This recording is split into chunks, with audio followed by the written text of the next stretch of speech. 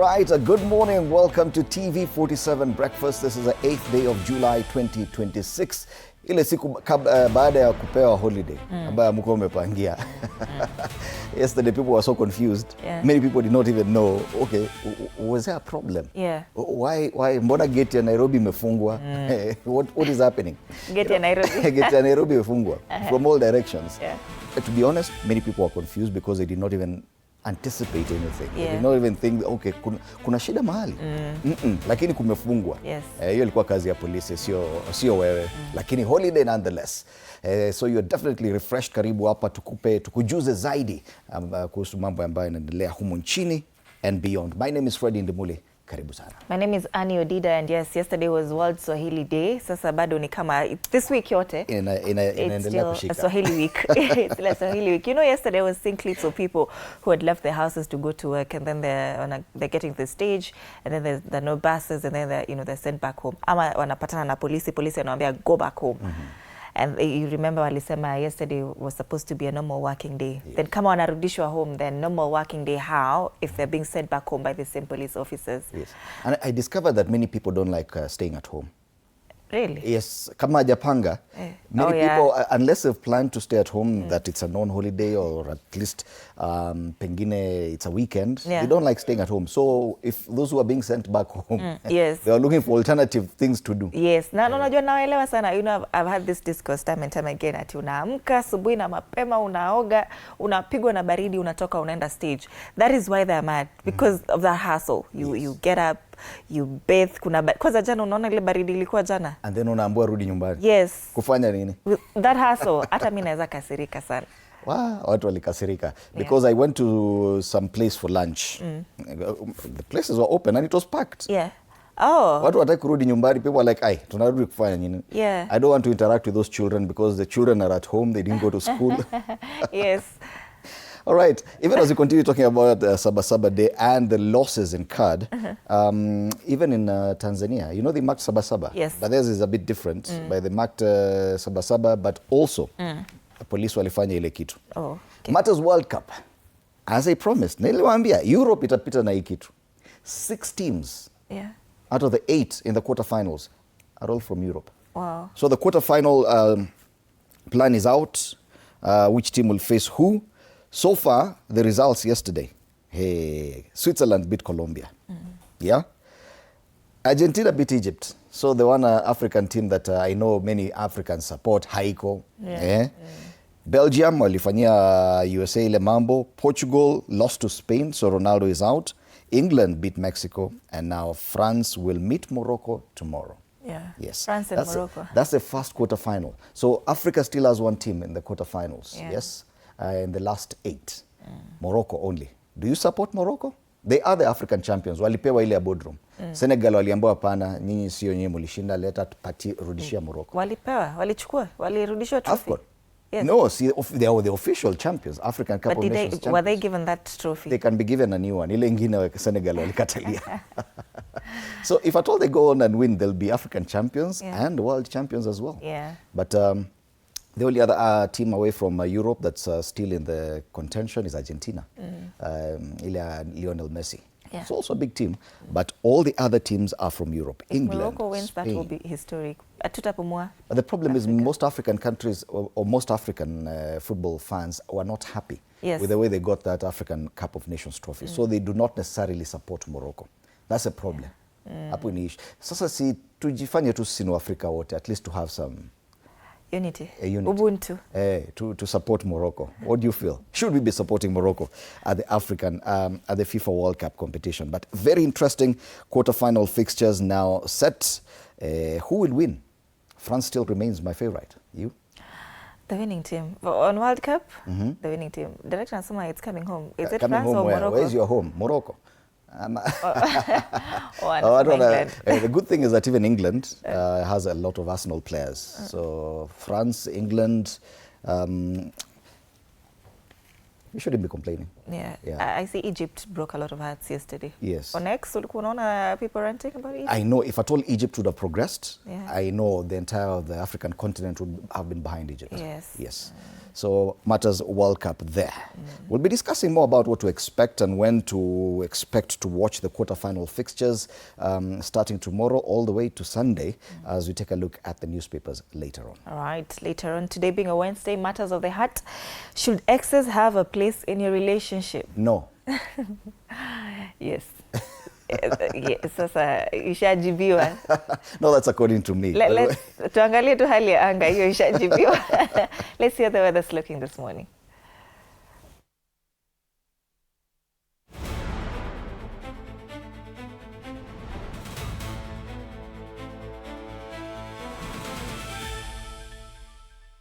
All right, it's not as cold as it was yesterday, rather. So let's see how the weather's looking this morning. And Kisumu County, it's a partly sunny day today, 18 degrees this morning, highs of 29 degrees. Kisii as well, it's a partly sunny day, 16 degrees this morning, highs of 27 degrees. Kitui, light rains expected today, 17 degrees this morning, highs of 26 degrees. That's as far as Kisumu, Kisii, and Kitui counties are concerned. Triple K. KKK. All right. Kilifi, it's a partly sunny day, 24 degrees this morning, highs of 27 degrees. Kiambu County, it's a mostly cloudy day, 14 degrees this morning, highs of 23 degrees. And finally, Nairobi, it's a mostly cloudy day today, 13 degrees this morning, or 15 degrees this morning, highs of 23 degrees expected in Nairobi County today. And that's the state of the weather.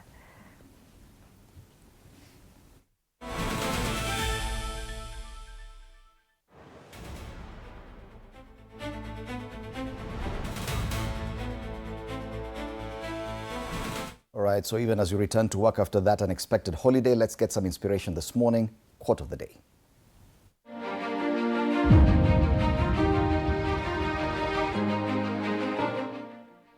Don't save your best for when you think the material calls for it. Always bring your full potential to every take and be on top of your job, or they will replace you.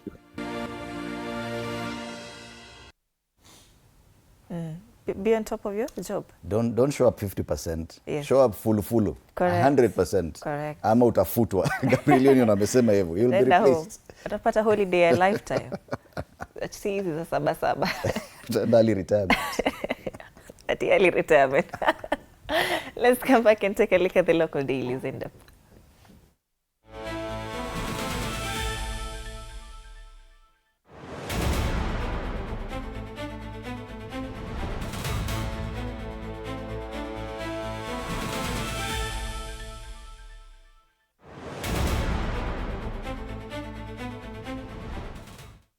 And yes, I think the Daily Nation has the most apt headline this morning. Saba losses. That's a big one on the front page. It is just about the number of people who fail to attend to their businesses and go to work. Many people had expected, coming on a holiday.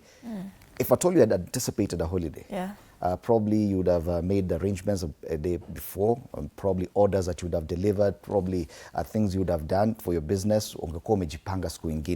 But then you're planning to wake up early, go to work, make deliveries, make some money, alafu namba tumefunga gate ya Nairobi, we rudi nyumbani ukae na watoto.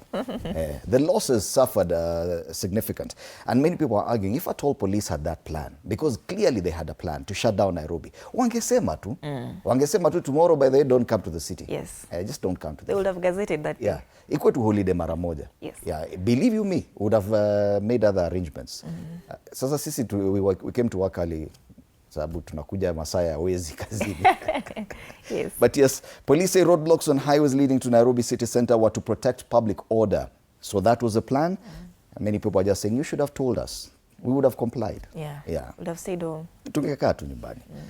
So economic pain. The Kenya Private Sector Alliance estimates a day of nationwide protests cost the retail, transport and banking sectors about 3 billion shillings, with the government also projecting 6 billion in lost revenues. While yesterday's shutdown majorly affected the city, is the engine of the country's economy, and hence disruption of operations in the capital sends shockwaves across the country.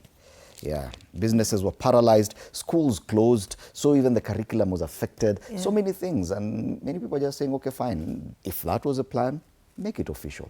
In fact, just say it's a holiday, it's a public holiday. Let's celebrate Saba Day, and no one would complain. Right. So that's a big story on the front page of the Daily Nation this morning, and a picture of the police mounting a roadblock at Kangemi as they inspect vehicles heading to Nairobi Central Business District during the Saba protests yesterday.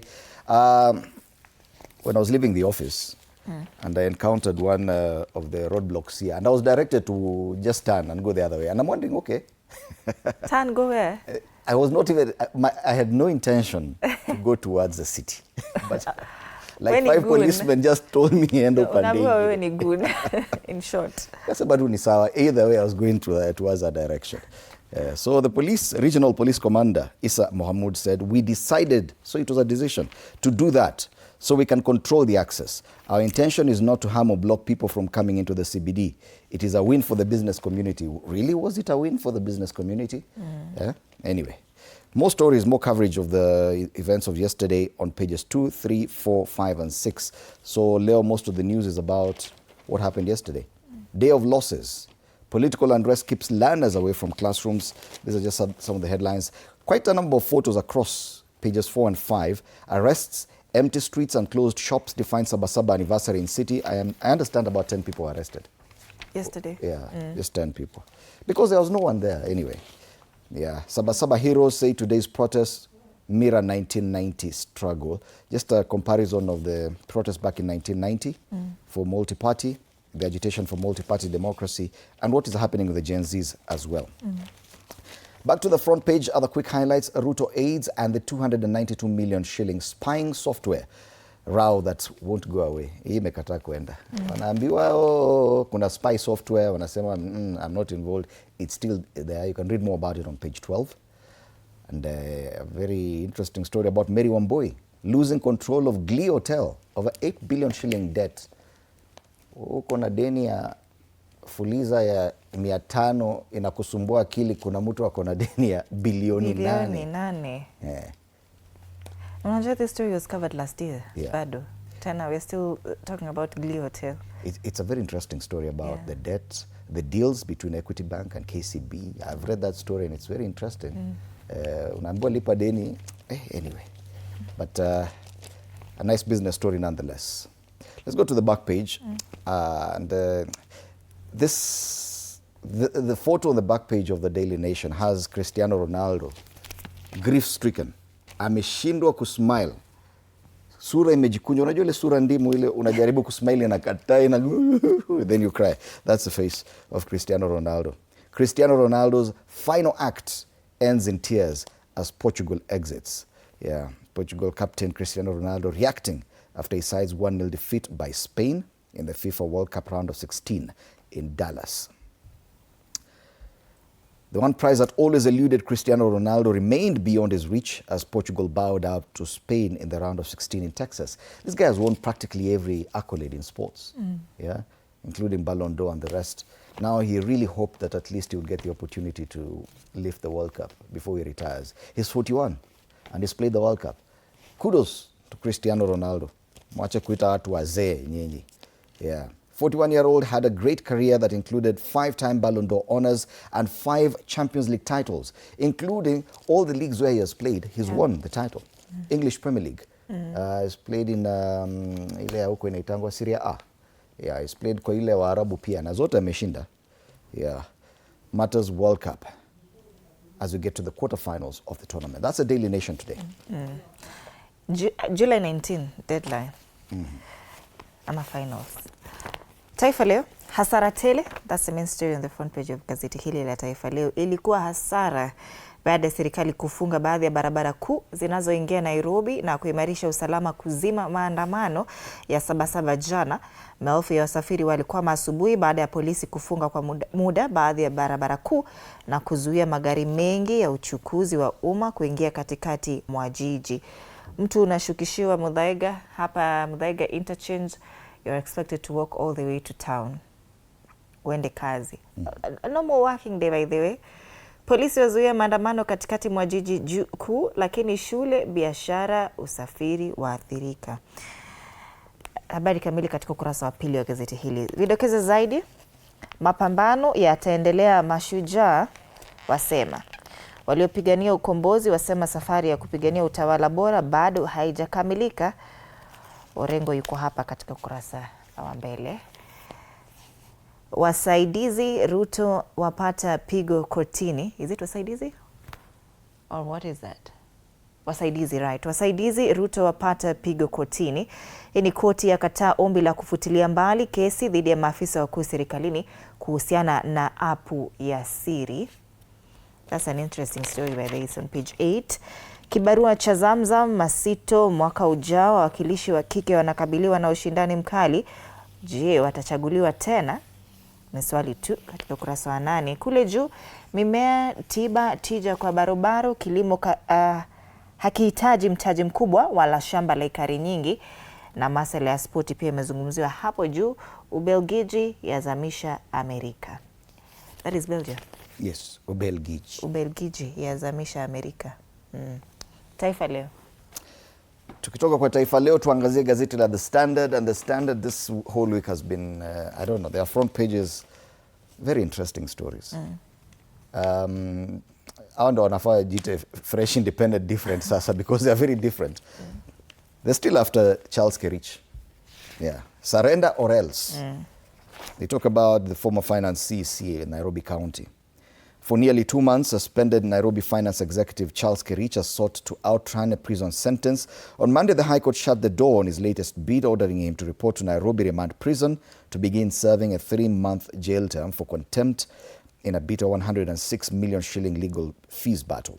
Surrender or be arrested, the judge warned, adding that Kerich will be treated as a fugitive if he fails to comply. The story has been covered for weeks now. The Standard today has it on page 5. Charles Kerich is actually, before he went to the county, city county of Nairobi as finance, because he went there when Mike Sonko was governor actually. He's a journalist. I worked under him. Yeah, he's a great journalist, great news editor, Charles Kerich. Sasa tunamsoma kwenye kurasa za mbele hapa akifuatwa na askari. I don't understand why the Standard chooses to put this on the front page repeatedly. You worked under him where? The Standard or where? Elsewhere. Okay. Elsewhere. Ningefanya 1+1. No. We were not at the Standard. Okay. But at least they found space pale juu, the top strip. Saba police perfect brutality. Police bosses claim operation prevented violence, but observers say it effectively locked down the country. And that's the biggest conversation we're going to have today. Yeah. Police action. Fine, we've talked about brutality previously and how they handle demonstrators and protesters. Now their latest action is shutting down the entire, the cog of Kenya's economy, which is Nairobi City. They just decided, tunaizima leo, ni yetu. Is it theirs? Maybe. To shut down? That's a question. Do police have the right to actually shut down the country? I'll be finding out that today. We'll have 2 lawyers, Harrison Kinyanjui and Joshua Nyamori here. Do police really have the right to shut down the country? Which statute in law gives the police the right to shut down any part of this country? Ati tunazima huku amtafanya kazi. Yeah. We'll be finding out that. The story is covered on pages 2 and 3. Police lockdown strategy or fear as Kenya's marks Saba Day.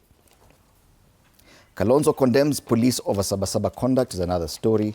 Then they go back in history looking at Kamukunji grounds, which is a venue for the Saba protests. But this time I think it's very green. The photo, you look at it on page 3. Yeah. It's a sports ground. Yeah. All right. Elsewhere, best test for Ruto's funding model. This is about university intake.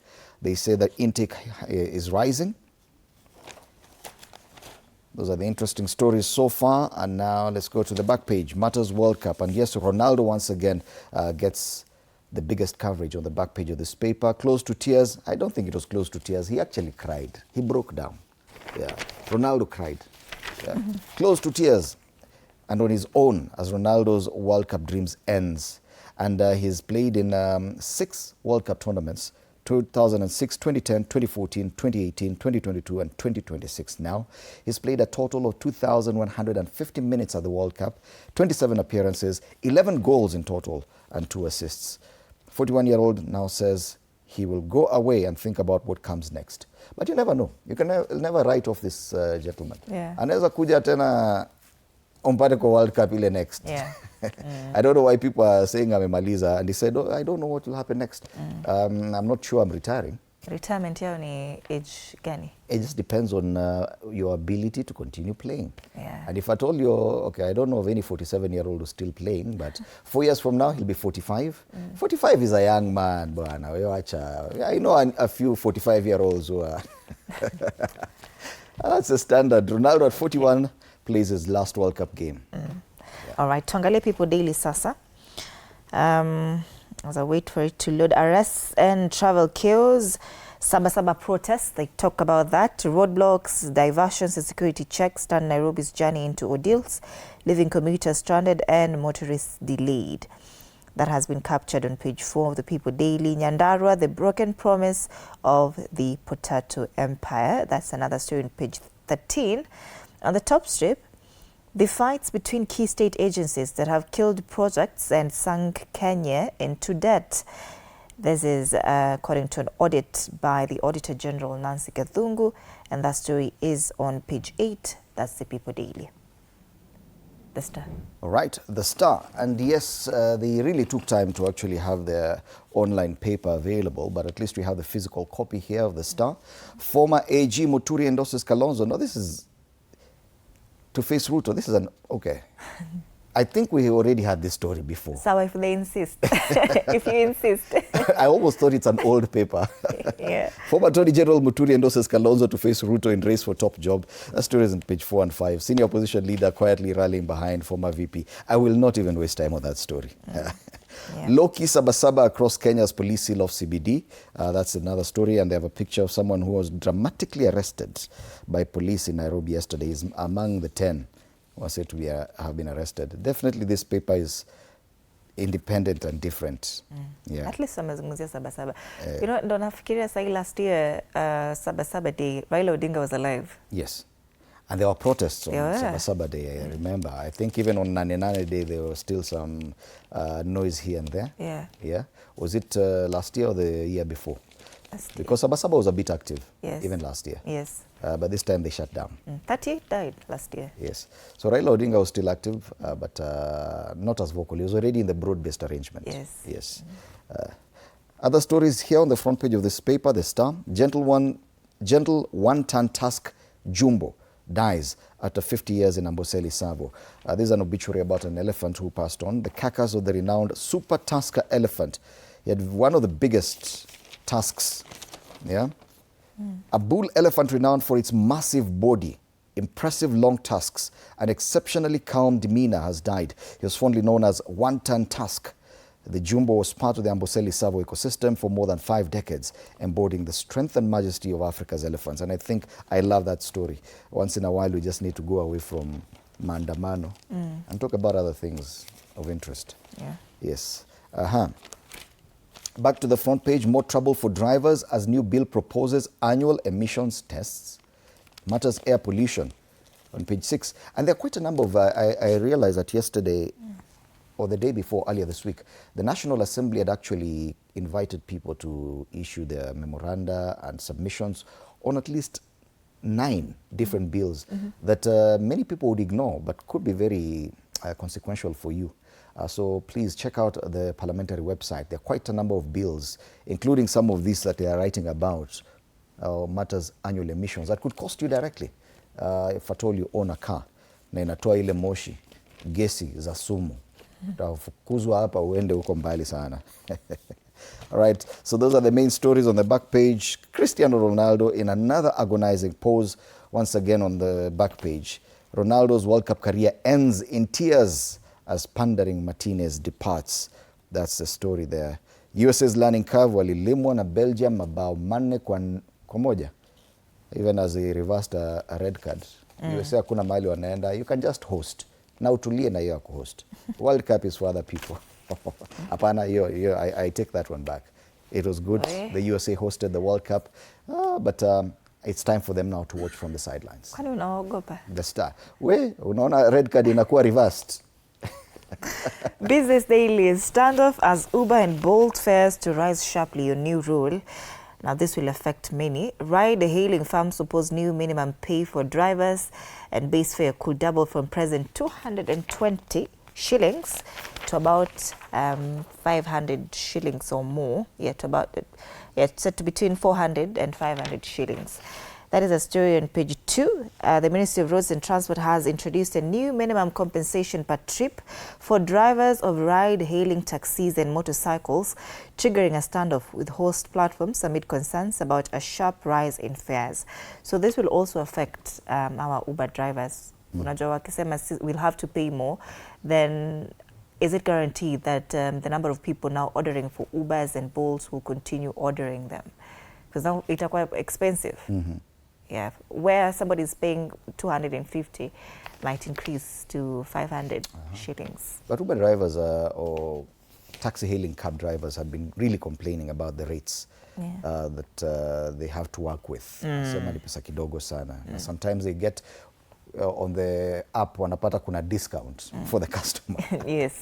Lakini hiyo discount huwa wanarudishiwa. Yes, huwa wanapewa. Another interesting story here. Betting firms and families to block addicts' accounts.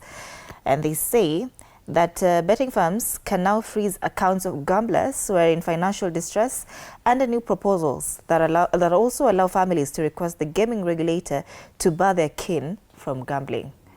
That's a win, yeah? Sasa, if you're addicted, your family, wanaweza kusaidia. They can block hizo accounts za betting. They also make mention of Saba demos disrupting business. On the ticker, wealth fund share for future generation raised to 30%, and lower fuel prices seen arresting interest rates jump. That's the business daily. All right, let's cross over to our neighboring countries. We'll start off in Uganda, which we still, from where we only have one paper, that's a New Vision. The Daily Monitor is still not available after it was shut down by the government there. So the main story here is a very interesting one. Youth choke on Viagra. Apparently minors are accessing the prescription drug over the counter. They're talking about minors, people under the age of 18. They're accessing Viagra. Wanaipeleka wapi? Minors. Yeah. You had an answer for that one? Kwani Viagra ni ya kazi gani? Minors are using Viagra in Uganda. Ya kazi gani? Ni kabaya. I'm told that initially, before they discovered it had other effects, this drug, sildenafil, which is the main content of this drug, was used to treat hypertension and high blood pressure. Then they discovered it had other effects. Yes. And now minors are accessing it in Uganda. Yes. Unajua kwa nini I was saying, I saw a tweet by Dr. Austin Omondi on X, and he was saying there's a myth that if you take Viagra, you must have coitus or else you will die. Where did that crazy idea come from? Well, yes, that is very timely, that story there. The discussions you people have on that app. Anyway, that's the story of Uganda. Oh my goodness, there's more. The story that someone took Viagra and was rendered unconscious after his girl didn't show up, forcing the mother to step in by riding him back to life, is false, as it is disgusting. The drug doesn't work like that, and you don't need to panic. Well, minors in Uganda know how it works. Yes, maybe siyo hiyo yenye tunafikiria. All right. Let's cross over to Tanzania, and they talk about what happened yesterday. Just like in Kenya, the Citizen talks about calm prevails amid unusually quiet Saba. Calm prevailed yesterday as Tanzanians marked an unusually quiet Saba public holiday, but for them it's a public holiday. Yeah, Probably should do the same even for Kenya. Amid widespread speculation on social media that there would be protests in various parts of the country. So in Tanzania, no protests. Saba was very quiet. It was a holiday. Ulinzi kila kona, amani ya tawala, ndio habari kuu kwenye ukurasa wa mbele wa Mwananchi. Wananchi wengi watulia majumbani, askari watanda kuimarisha ulinzi. Saba, biashara chache zaendelea. Kamanda Muliro wazungumzia ulinzi, wachumi watoa angalizo kibiashara. Lakini kule ilikuwa ni public holiday. Wangetuambia vile pia hapa Kenya tuende public holiday, hatungekuwa na shida. Hata mimi ningeenda public holiday. Nani anipe? So that's Tanzania. Let's come back and take a look at the cartoons today. Sawa. Tunaanza na Daily Nation. Now there are two people here, caricatures of the former deputy president and of course the government of Kenya. The former DP is saying, I must win or just win. I must or I must. Yes. No in between. In Kalou. Yes. Kalou, meanwhile, umeona serikali imekuja na nini? Eh? Goodies. They've been given even boats. Yeah. And we'll be looking at that later. You know, I've seen a tweet from somewhere in Kisumu saying that those boats are needed this side. We have a lake. Yeah. Oh, yes. But right now, people in Kalou are receiving everything. Gas, trains, boats, ahead of the by-election in 8 days' time. Yeah. Next Thursday, actually. 16? Yeah, so 16th is next Thursday. Yeah. In exactly 8 days. Hey, your Kalou by-election, I've never seen government so committed. Yeah, I must win or just win. You know, people are also asking questions. Why weren't there developments there when the former MP was still alive? Interesting. It's a by-election and you win whichever means possible. The cartoon on this People Daily.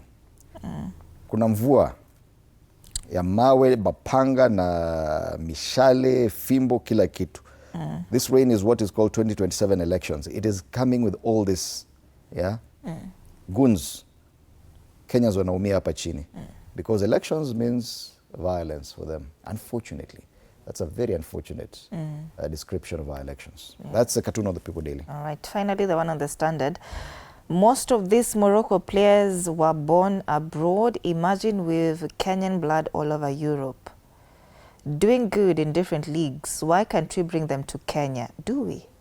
And then they say, well, even if Barack Obama was to run for presidency in Kenya, we would not elect him. Mtu wetu culture. Okay. It's true, we have many Kenyans in other places who are doing well. Because they're saying in comparison to Morocco, most people, players in Morocco, they play elsewhere, but they still get a lot of, they still come back home and play for their country. Yeah. Kenyans, wakienda nje wameenda. We have players who play for Belgium, and others play even in the English Premier League. Yes. Even other games. Nimeona Kutoya ko London. Yes. Yeah, Did they come back home to play for Kenya? Well. All right. So we'll be discussing these stories and others with my panelists after the break. I'll be introducing them in a short while. For now, let's focus on the traffic situation in the city.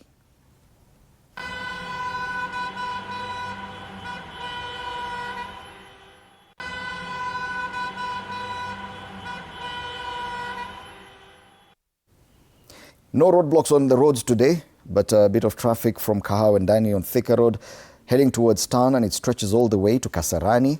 Not so bad though, because it's moving. The other area where there's traffic on that major superhighway is between Garden City Mall and that interchange at the GSU headquarters, pale Allsops. Kidogo tu. After that, a bit of traffic at pale KCA University as matatus carry people towards town, and the typical ile ya kawaida pale Pangani interchange kama kawaida. Once you see that, you know Nairobi is back to normal. As long as you see pale traffic ya Pangani interchange, in fact, that should be your indicator whether or not it's normal. Every day you wake up and take a look at Google Maps, na unaona pale Pangani interchange ni red, unajua hapo hiyo ni kawaida. Ukiona ni green, hata usiende mahali. Especially at this time at 6:34, unakaa tu nyumbani. Yes. The other traffic problem usually is on the Eastern Bypass, long stretch from Benedicta, Utawala, all the way to the end of that Utawala inaitwaje, shopping center, if I may call it that. Is it a town or a shopping center? A long stretch of red there, and continues all the way to the KQ headquarters, and further still all the way to City Cabanas. That road is very heavy with traffic. Yeah. Wale watu wanatoka maeneo ya Utawala wanaumia kweli kweli. If at all ulichelewa. Outer Ring Road is getting busy this morning. Sections of Dark Maroon at Feather and Pipeline pale close to Tumaini Estate. So if you're using that road, take note. Yes, Jogoo Road is back to normal again, all the way from Makadara towards, all the way from the Buruburu Junction, all the way to the Makadara Low Courts. And just before City Stadium roundabout, a bit of traffic there. But after that, it's smooth all the way past Machakos into the CBD. A bit of traffic on the three roundabouts. Ile pale Landis Road, ile ingine ya Marikiti, na pale Railways. A bit of traffic there, but nothing out of the ordinary. In fact, getting into the city is actually smooth today. Mombasa Road, all the way from the airport, it is green, nothing to worry about. And Waiyaki Way as well, nothing to report there. Junction kama kawaida after the overpass was opened. Junction mall hapo hakuna traffic. A bit of traffic at Prestige Plaza. pale kwa Cross Junction and at the City Mortuary roundabout as well. Meanwhile, Kenyatta Avenue between All Saints Cathedral and that roundabout ya Nyayo House bado kuna shida kidogo as construction continues on that overpass as well. That's the traffic situation in the city this morning.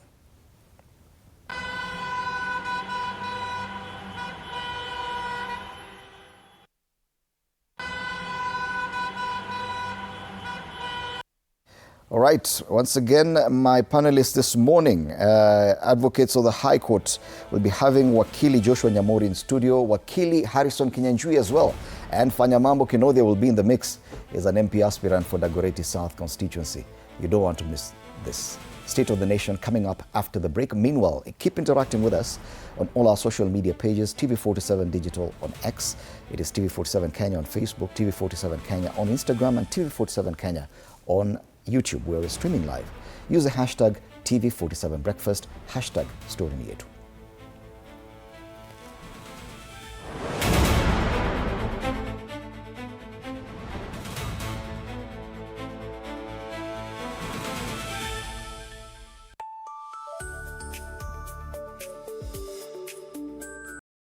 Sundays at 8:30 p.m.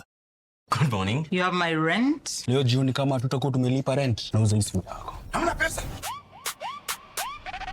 I need 3 G's to make my nails today. Sasa hivi natuhusu aje? Can I order now? Do you ship? Can I get blinking ones? Mimi nilikuwa na trade. Nimeekelea kitele yangu. Kitele yangu na trade. Nikikunyuma. Oh my God. He left me. Nitumie ni line. Uko nje kuna wifi. Why? Hi-Fi? Wait, so what do we call this dish again? I have no idea. The cucumbers are there specifically for my beauty routine. Tamulini kero umeka kwa beauty product. Na ameenda. Tunafaa tukuwe na logo yetu. Like, si ni brand already. We won't entertain divas. No. I'm not dealing with a man child. Amazing. Nishapenda hii energy. Sundays at 8:30 p.m. on TV47. Saturday at 8:30 p.m. My father used to tell me that a hotel is the home for travelers. I guess I forgot that. Recently, it's been more of a mirror of my own ambition. Ooh, yeah. We might fail. We will probably fail, but not for a lack of trying. So for the last time, and the first time, welcome to Connect In, the best experience in Eastern Central Africa and its environs. Saturday at 8:30 p.m. on TV47. Wednesdays at 8:30 p.m. This is a very serious place. I see that. Surely. Hey, Nyumba. This is the place. Just for a few days. Rule number 2. Kwani Google inajua maisha yangu wewe? That's my seat. It's a chair. It was hers. You're new here? Yes. You learned the rhythm. This place is run by structure. Structure. It is a system. Ni venye tu ni system haisikizi. And what happens if something you haven't chosen enters your day? I remove it. That's not always going to be possible here. Then you are going to have a problem. Noted. What are you planning? To escape from a resort? This is not a resort, my friend. This is a storage. Wednesdays at 8:30 p.m. on TV47.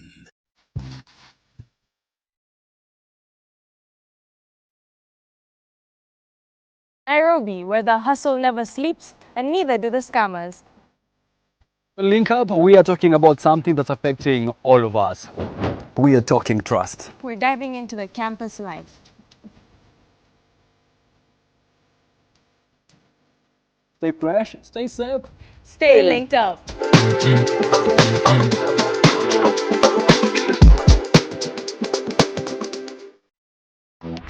My father used to tell me that a hotel is the home for travelers.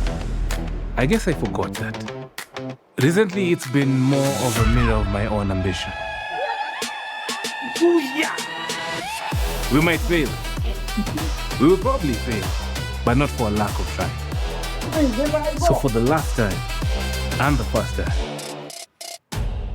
welcome to Connect In, the best experience in Eastern Central Africa and its environs.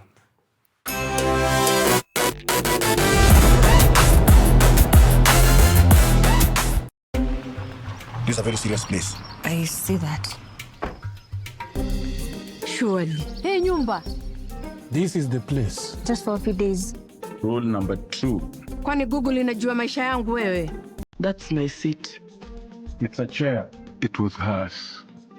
You're new here? Yes. You learned the rhythm. This place is run by structure. Structure. It is a system. Ni venye tu huu ni system ya iskizi. And what happens if something you haven't chosen enters your day? I remove it. That's not always going to be possible here. Then you are going to have a problem. Noted. What are you planning? To escape from a resort? This is not a resort, my friend. This is a storage.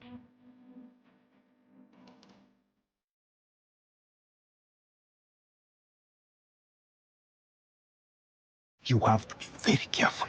Fake money can kill business. Chief. Na leo mko rada yangu. Small man.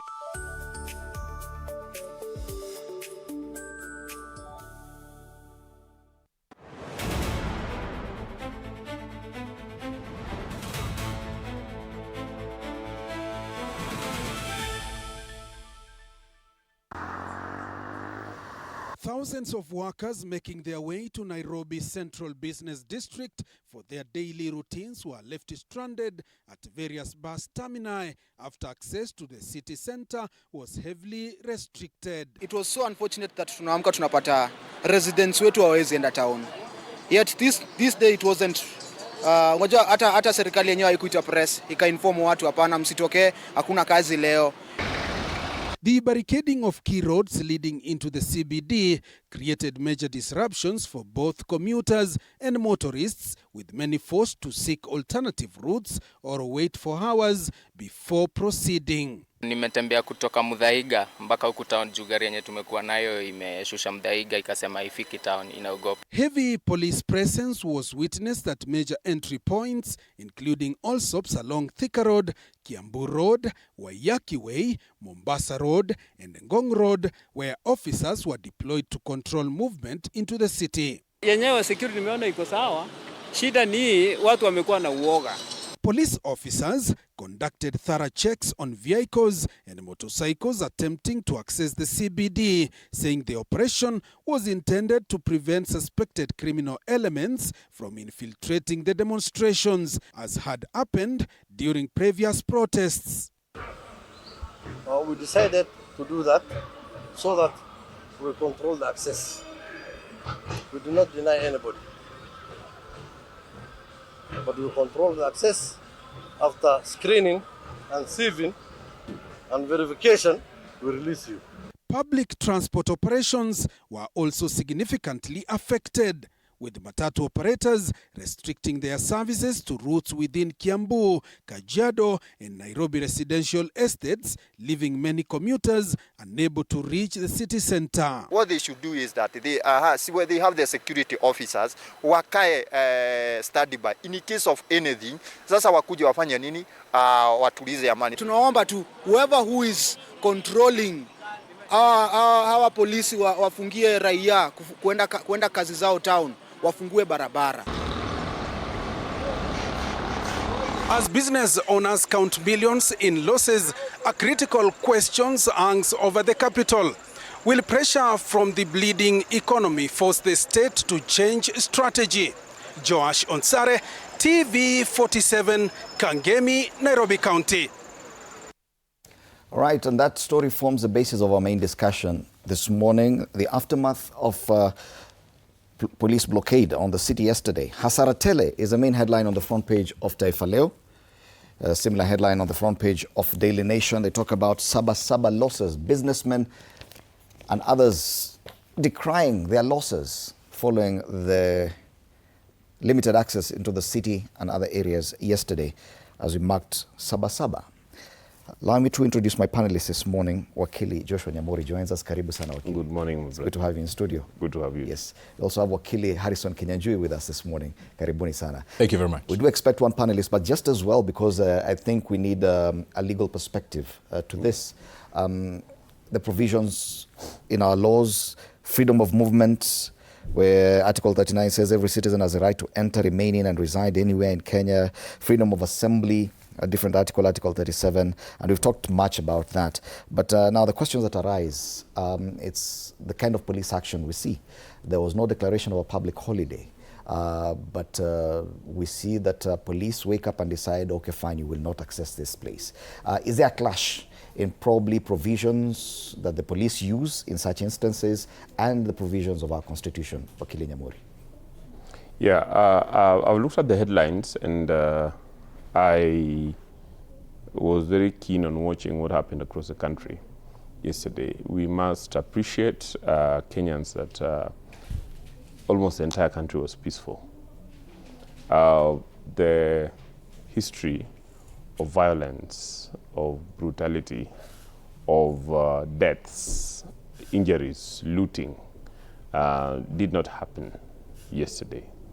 In my town of Kisumu Central constituency, that is the Kisumu city, business proceeded as usual.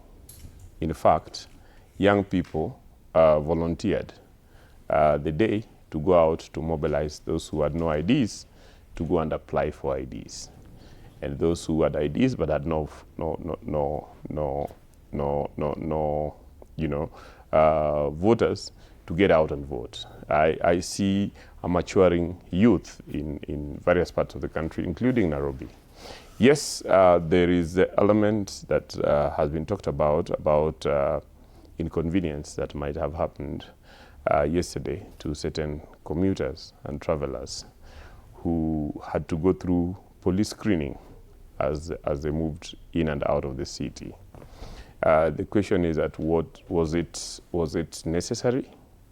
Yeah, and yes, there's freedom of movement, there's freedom to protest, but then we also know that there is also right to life, right to property, and that the police service is required to protect all these rights and all these freedoms.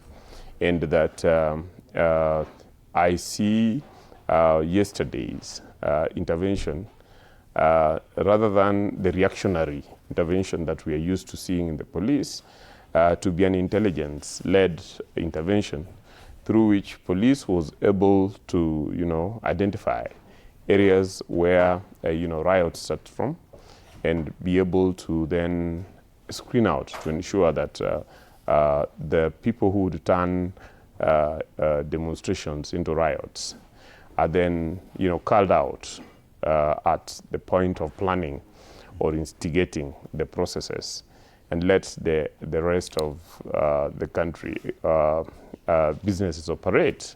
My view is that we are learning every day, and that it is important for police to continuously improve the systems that they use in such circumstances. But it is also important for anybody who is organizing legitimate protests to then find out what is their duty under Article 7. And as I've always said, that Article 7 is not a blanket a right. It gives you a right to peaceably and unarmed protests.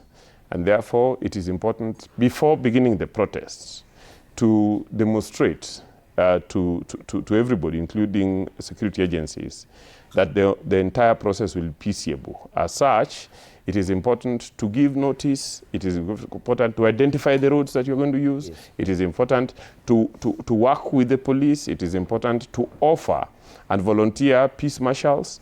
It is important to organize it in such a way that there would be no suspicion, there would be no violence, because this is what has happened. This is what has happened to countries. You remember South Africa used to have very violent riots. But when they then enacted a law that required the organizers of protests to work with the police and local authorities to ensure that the people who are engaged in such protests were identifiable, and that they took some responsibility in ensuring that the whole process was peaceable. South Africa no longer has the violent protests that we used to have previously. And that was from police action. Wakili, the Public Order Act may allow police some latitude to exercise some of the actions, probably even what we saw yesterday. The question is the sustainability and whether some of these provisions of the Public Order Act could be clashing with the provisions of the Constitution. Do you see such, like what we saw yesterday, could be that one such instance where there could be a clash between the two? Thank you. There is definitely a clash, irreconcilable clash. I must first correct with tremendous respect my friend's reference to Article 7. I think he meant Article 37. Yeah, I think that's what he meant. Yeah. Now, when you look at the Public Order Act, and you look at the rights conferred under Article 39 of the Constitution, you reference Article 39 sub-Article 3. But Article 39 sub-Article 1 speaks of the right, the freedom of movement, which when you now juxtapose, bring it next to Article 24 of the Constitution, which gives the state the right or the power, the leeway to limit a right. It has to be justified within a law. Now, when you look at what happened to Honorable Orengo when he was addressing the media in the CBD, and then one of the people that he was, or who was just right by there, was manhandled and hauled into a police Land Cruiser. Question is, are these police aware that Section 2 of the Public Order Act defines a public gathering as constituting of more than 10 people? Were those more than 10 people? Those were less than 10 people. So that's not a public gathering within the meaning of the Public Order Act. When you again look at that definition of a public meeting in Section 2 of the Public Order Act, it says that a gathering of people who are more than 50 in a public place. Now, when you look at the provisions of Section 5 of the Public Order Act and how it delineates the procedure that someone responsible organizing the meeting ought then to notify the local police, the police then are obligated to make it possible for that meeting to peaceably go on. And I believe I saw someone had notified the Central Police Station police and provided the route that they would take. That was within the law. And you have then to say at what time you will be then in your procession, public gathering, the point that you will be meeting, and so on and so forth, so that the police then can execute their mandate to protect whoever is participating in that procession or public gathering. Such was not the case. Rather, even those people who are arrested, I think directly outside Nation Center, I think, and we could see the activity. This unrelenting effort to get these people into the back of a Subaru. Why would you want to arrest them in the manner that then you are arresting? Number one, those are unarmed people. Well, all they were holding were banners. And I didn't even see any person who was armed. One of them was resisting vigorously. And I would resist if I were them because of the history of abductions and people turning up as corpses. It is very unfortunate. So the reconciliation between the Public Order Act and Article 39 of the Constitution, those tensions then have to be loosened. And it is now on the part of the state to ensure that at least they give the Kenyan people the leeway and the scope to express their freedom of movement. Now, having said that, if you look at Section 3, subsection 3 of that Public Order Act, who is failing this country in terms of the goons, the organized militia? It is the Attorney General.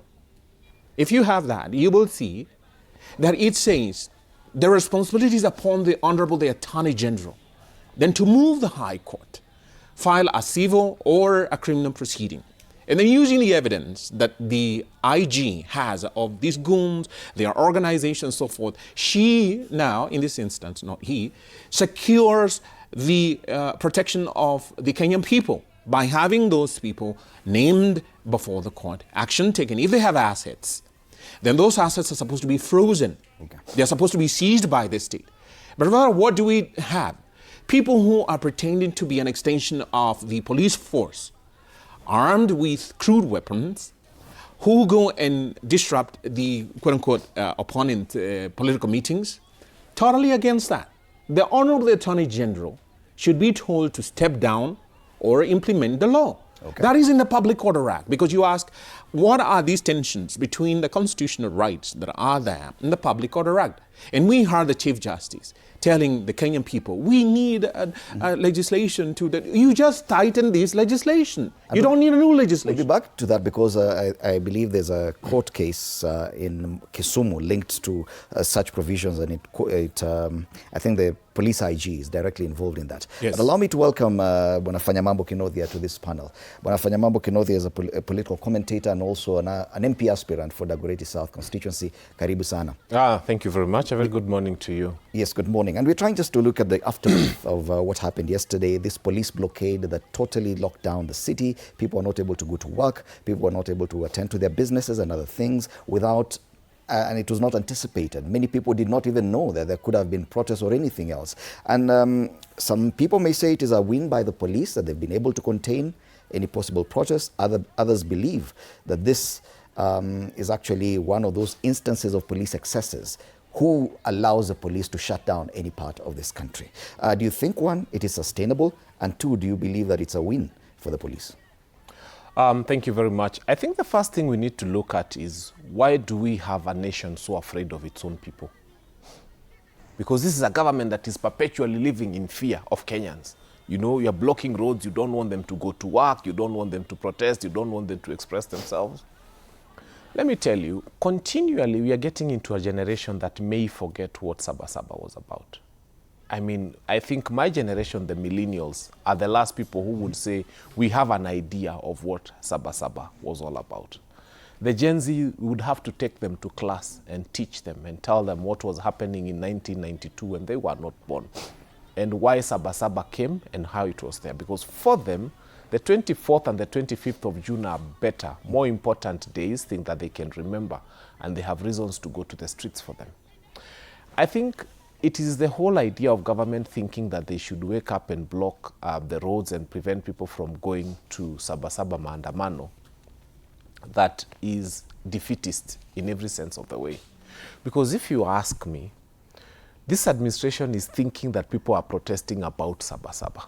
There is a person who had a stall in Gikomba, it's gone. That person is on the street. There's a person who would have wanted SHA to work, but it's not working. That person is on the street. There's a person who has a wife who is sharing a bed with 3 others or 2 others at a national hospital somewhere. That person is on the street. Mm-hmm. There's a person who can't fix 3 meals a day. You know, you walk to Thika Road, like now I've just come. If you see Thika Road, there are so many people walking on the streets. You think it's the doctors who've recommended for them to take a walk every morning. Those people basically can't pay fare. They can't. They are not able. So what they do is they walk to work. So these are the people who come to the streets. The government thinks that we who are demonstrating are the problem, but they don't look at the mirror and see that they are the problem. They are the reason why people are dissatisfied. They are the reason why people are disenfranchised. They are the reason why people are angry at them. You wake up, you decide Uhuru Market should not exist for no good reason. And you destroy a market that is not even on the road. I wish they were saying that it's on the road like Toy Market. Uhuru Market was enclosed. Just bring it down because you hate the people who work there and you don't want to see them there. You wake up and say there were houses in Kaloleni, Makongeni, all those places. You come with a bulldozer and bring them down in the name of building avoidable housing. Let me tell you, in Dimuli, if you wanted to build houses on 1 acre of land, because they were taking hundreds, I think more than 123 acres from that area that is part of Jogoo Road. If you take 1 acre of land, the number of houses you would build there, then move people in, and then take another 2 acres and build and move, although I've never supported the avoidable housing. So what I am saying, the protest that you are seeing in Kenyans is them showing anger at an administration that is the most insensitive administration since independence of this country. Mm-hmm. And the government does not see that. They never see their own faults. They're always thinking that the idea is to contain people, drag them, throw them into Subarus, beat them up, because those who are demonstrating are mad. We are not mad. It is this administration that is insensitive to Kenyans. What do you say about the police action now? Because I really want to examine the action that the police took yesterday. Do you see it as a win for them and as far as containing potential protests? Do you see it as a clash, as being a clash with what the Constitution provides? You see, these people are thinking that protest is a physical thing. In the hearts of people, we are in a spirit of protest. You may contain us physically, but have you contained the things that we are discontented about? So what you've done is you've seen an opening where water is coming from and you've covered the opening, but you've not treated the problem itself. So what they did is they were able to contain the few who availed themselves to the streets on our behalf.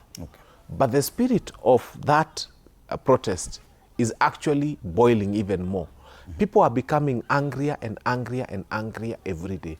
So what they should have thought about, these protests are supposed to be contained not from a hardware perspective, but from a software perspective, where you're saying, what are these things that are making these people angry?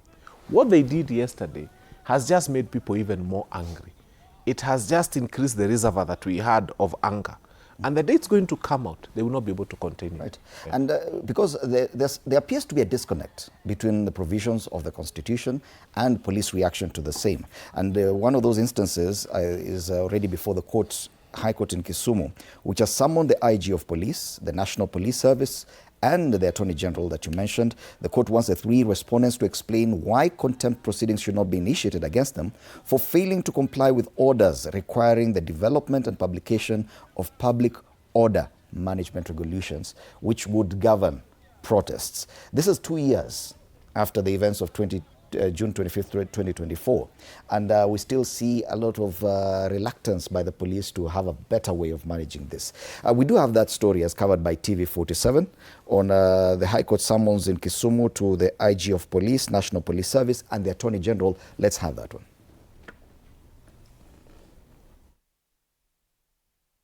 Inspector General of Police Douglas Kanja, the Attorney General, and the National Police Service have been summoned to appear before the court to explain why contempt proceedings should not be initiated against them for failing to comply with orders requiring them to develop guidelines on the policing of public demonstrations. The guidelines were intended to prevent the use of excessive force by police officers during protest.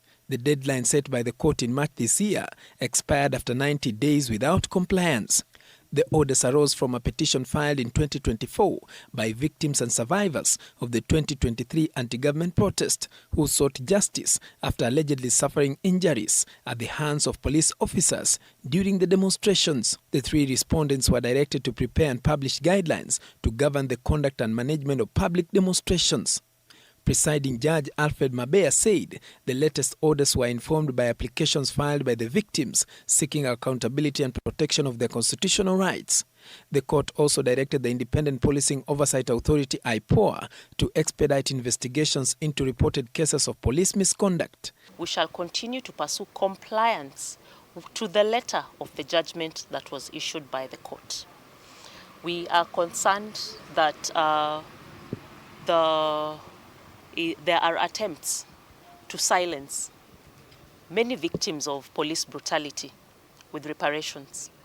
But we want, and we have the voice of the petitioners, who want action, cogent action taken for the harm that befell them. And accountability means that there has to be justice that is done. Somebody must be answerable for what happens to the petition. Appearing before the court, IPO officials confirmed they'd filed sworn affidavits and pledged to implement the court's directives. Justice Mabea further observed that the absence of clear operational guidelines on police conduct during demonstrations has left officers operating under legal uncertainty. Meanwhile, the Law Society of Kenya's Kisumu chapter, the International Justice Mission and Amnesty International said they will review the affidavits before filing their responses as directed by the court.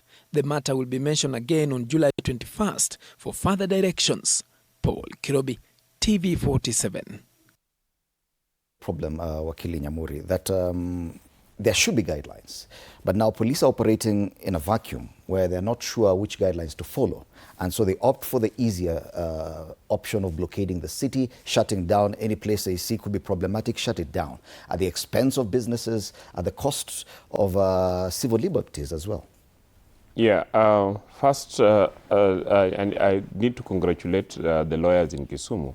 I belong to the Kisumu team, and that's my chair lady, Dorcas, who is a very able chair lady.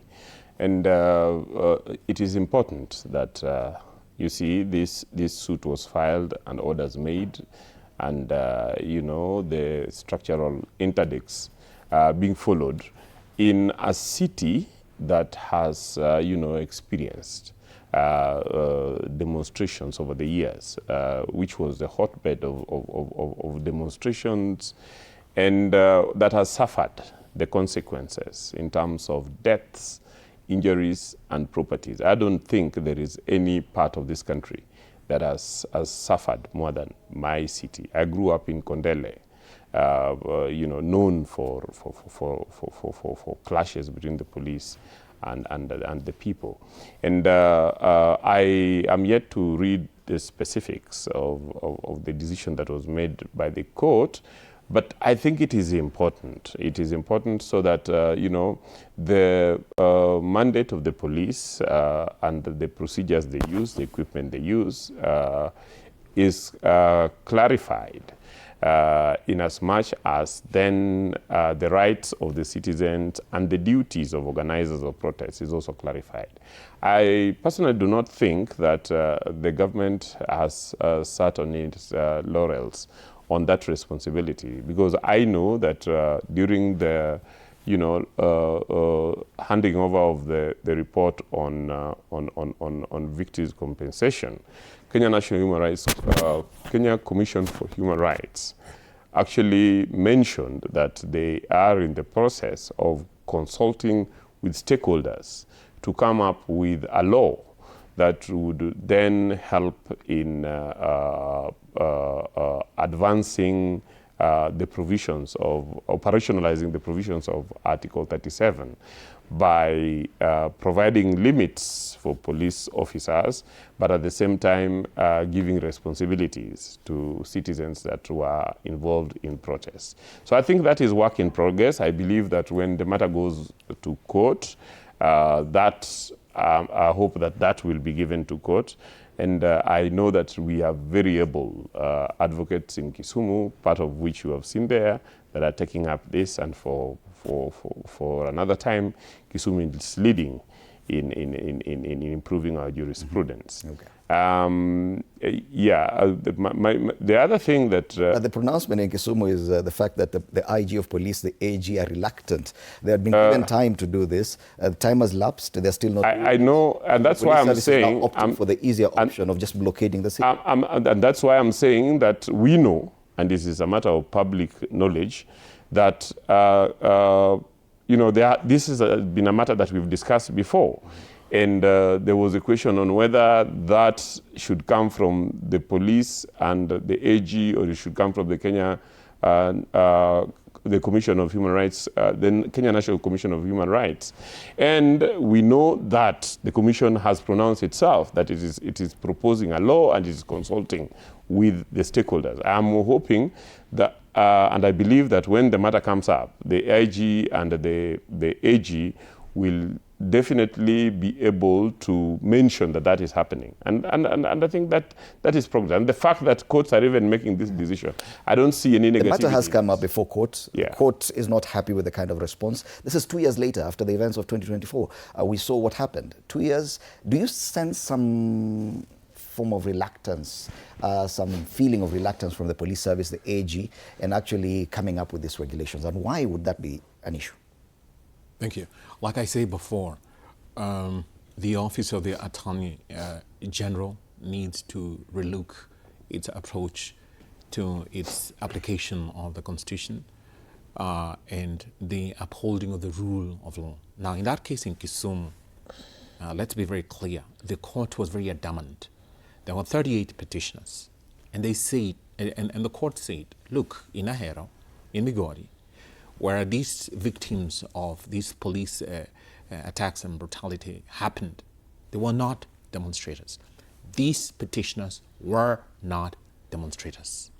They were injured, harmed, and attacked by agents of the police force. So the court said, you must compensate them. The compensation range between 915,000, 1.4 million, depending on how they were injured. Now, if you look at Section 13 of the Public Order Act, it does provide for that. Section 13 of the Public Order Act says that if you're harmed and you're injured and you're not participatory in the public procession or the gathering or whatever it is that resulted in the injury, like we saw, during the Gen Z's attacks on the civilians, you have a right then to go to the nearest court and litigate, bring that issue that, look, I'm a victim of this public demonstration. It's in the Public Order Act. But the regulations themselves then to circumscribe, to place the boundaries of how do we deal with this, we needed that. And this is what the court is saying, that we need you to come up with the rules. The Honorable the Attorney General is tasked with the mandate to do so, because that's within the docket that falls in the province of the enforcement of the rule of law, and together with the CS, the Cabinet Secretary in charge of the Interior. This is a failure of responsibility. It's a letdown of the Kenyan people. It's our officers that are paid, state officers that are paid using taxpayers' money constantly. Now, the case will come up again. Probably the likely excuse that I'm going to hear is that we've come up with the draft regulations. They have to be laid before the Parliament. Mm-hmm. They will await debate and so on and so forth. But if you look at Section 11, subsection 1 of the Statutory Instruments Act, it says that the person tasked with regulation making power has to gazette those rules. Mm-hmm. And within 7 days of the gazettement, once they publish those rules in the Kenya Gazette, they take those rules and regulations to Parliament. That's when now Parliament rolls down the processes of having these to the legal committee and the relevant committee, and a report is issued, is debated in the floor of the House, and then they are endorsed or not endorsed. Now, the Honorable the Attorney General's office has to show and demonstrate the goodwill and say that these are the regulations. Before publication, they have to conduct the impact assessment of those regulations. That's within the Statutory Instruments Act. Has that been done? When will it be done? So there has to be that proactive approach to seeing that what the court has said. And the court is not invested in this. Mark you, although the court is saying that provide the guardrails for the exercise of these police powers during these demonstrations, so that nobody steps outside of that ambit. And then we have a legitimate expectation that what we have been offered in terms of these rules are being adhered to. They are being followed and complied with. Right now, these police officers can say whatever they wish to do. But now if you look at what happened yesterday, it was a constructive curfew by the police. Now translating this into a police state, while the rule of law does not govern. If you look at Section 9, subsection 3 of the Public Order Act, the proviso there too says, even if the police do come up with a curfew, they cannot stop you from going to your regular place of work and your place of abode. Mm-hmm. That is what the law says. But you have a barricade, an unlawful police roadblock, which is not governed by any regulation governing public demonstrations. But there were no public demonstrations. There were no public processions. So what is this all about? Are we being too hard on the police? Because failure to have proper regulations, and it leaves the police with no other option but to come up with their own. And you quote here the Nairobi Regional Police Commander Isa Mohammed said, we decided to do that, erect roadblocks. They decided unilaterally? They decided. By themselves? Yes, so they can control the access. Our intention is not to harm or block people from coming into the CBD, but he says it is a win for the business community. Do you agree with that? Or do you feel we are being too hard on the police because, well, there are no regulations governing this? The irony is right there. How is it a win for the business community when you've blocked their own customers from going to those businesses and you've blocked the business owners themselves from being able to access their own businesses? And then you clap for yourself and you say it's a win for the business community. How did they win? I keep submitting that the Constitution of Kenya 2010 can be compared to somebody who bought a brand new bus. You know, we had an old bus. Then we get a brand new bus with air suspension, comfortable seats, and everything else. And then we get a terrible driver and put them to drive that bus for us. Then what do you have? So I keep telling Kenyans, na hapa ndio tunakosea. It is useless to have as good a constitution as we have. It is one of the most progressive constitutions in the world. And then get a terrible driver. You just bought a new bus, air suspension, new seats. It's got airbags. It is ready for the trip to Mombasa, see, or Singapore. And then now you get a terrible driver who has been used to the old ways, who has been doing things the bad way, and you put them to drive the new bus. Kenyans are to blame for what is happening. Let me invite you to a discussion that Emilio Mwai Kibaki governed us with the old constitution in a way that was better than William Ruto is governing us with a new constitution. What I'm trying to tell Kenyans is that beyond having laws, because we are drowning in laws, if you look at the sheer bulk of our constitution, you know me, I like simplifying things in a way Mwananchi will understand. Go look for the American Constitution. Compare it with ours. Ours is a textbook. It's too big, it's too bulky. Because you get bad manners, you get people who have bad manners, you put them in positions of power, and then now you have to keep legislating for every other bad manners they do. Tell me, why do we have, for example, an anti-corruption EACC?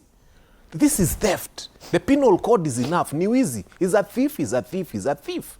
But now every other day, because we are putting bad people in places of leadership, we have to start making new laws to take care of, you know, these thieves and these gangsters and these terrible leaders. I throw it back to Kenya. 2027 is coming. Can we get leaders who are not worried about having to follow the law? They are so willing to do the right thing that they even say, oh, you mean even the law had given me more leeway to do bad things, but I still did the right things. So getting a new bus every other day and putting a bad driver, that's not going to help us. If you go to places like Japan and you leave your wallet somewhere in a bar, if it is stolen, they'll tell you it's a foreigner who took it. Because for sure, if a Japanese takes it, they'll take it to the counter and you'll find your wallet intact with everything. What we are doing in this country is we are leaving out all the leaders who mean well. And just we have a terrible addiction to all the terrible ones, and we put them there. This administration, within the police ranks itself, has got a choice of very many good policemen who would be at the helm of the police. But they always give command to the terrible ones. And that's why this country is where it is. So I keep saying, as a lawyer, sometimes I look at the laws we have, and I ask myself, who else is drowning in as much law as we are? To the point that sometimes now, under the law, we are making rules and sub-rules. You know, order 2, rule 2, then sub-rule 4. We are just even making too much more, and we've gotten to a place where we have to legislate for every bad manners that is going to happen in this country. I mean, the reason we are suffering under police is not just happening during demonstrations, because that's where we lose it. When we were being shot at Wetima Church, what demonstration were we doing there? When Sifuna and others were being beaten up in Nyamira, in Keumbu, and there was a gooness, you know, you have goons and then we have goonesses. She was in a red t-shirt and she was, by the way, where do you get the courage to stone a Prado worth 10 million? Now, where are baskeli? When that was happening, there were 2-3 policemen captured in that video, actually coordinating. They even had tear gas on them. They had batons. Hiyo siku hata hakukumbuka risasi ya mguu. This bad manners is coming from government, period. It's got nothing to do with the law. And if you want to understand, umeiona mkutano ya tutam imeatakiwa. Have you ever seen a two-term meeting where goons have been sent to pelt the president's motorcade or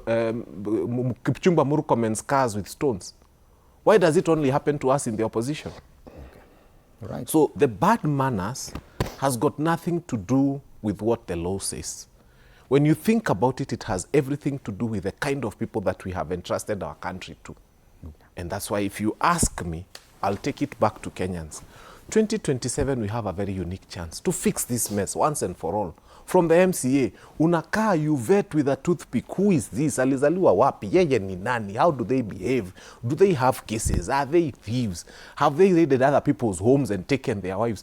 From the MCA, we need to vet them so thoroughly so that whatever we produce as leadership for this country actually reflects, because 90% of Kenyans, I can tell you, are good people. Right. But we've given the 10% who are terrible human beings all the instruments to go and do all the bad things all over the place. Yes. And the place looks like Haiti. And the dailies today are just dissecting the aftermath of yesterday, the economic pain, businesses paralyzed, schools closed, and the losses recorded. Saba losses, that's the headline of the Daily Nation. Hasara tele, habari kuu kwenye ukurasa wa mbele wa gazeti la Taifa Leo. Was it simply unilateral police decision to blockade the city to ensure that nothing happens? Should it have been a public holiday like it is in Tanzania? Saba was celebrated in Tanzania yesterday. It is a public holiday, so everyone was at home. Should we have been informed that in Kenya, in our situation as well, we would expect, or we should have expected, a public holiday? And do we need rules to ensure that what happened yesterday doesn't happen again? These are just the questions we're trying to answer. We may not get all the answers, but yes, opinion is divided on whether or not we need more rules and regulations, or we just have bad manners. Indemuli, allow me, just in a second, please, please. I know he should go next. I know he should go next. Let's just allow me. I'll allow him briefly, very briefly, and yes. then I come to on the headline, the Saba losses. Are Kenyans aware that sometimes we lose a lot more money during times of peace than during protests? Okay. You wake up one day and the PS has transferred 6.3 billion shillings to his own personal account, and it's not news. It's not a problem. Hata hataki kuulizwa maswali, and nothing has been done to that PS. Sometimes I dare submit to Kenyans, we have demonstrations like this, they say we lose 2 billion. I don't like it, but it is better than when we have peace and there's a PS transferring 6.3 billion to themselves. So we are better off sometimes with some of these demonstrations. Okay. Wakili Jamuri. Yeah, Fred, I would suggest that we focus on the idea, the discussion we are having today, rather than being all over. I think there is something that you brought up which is important, and we should not lose it. That on a petition by residents of Kisumu, supported by the lawyers of Kisumu, we have a court decision that on one hand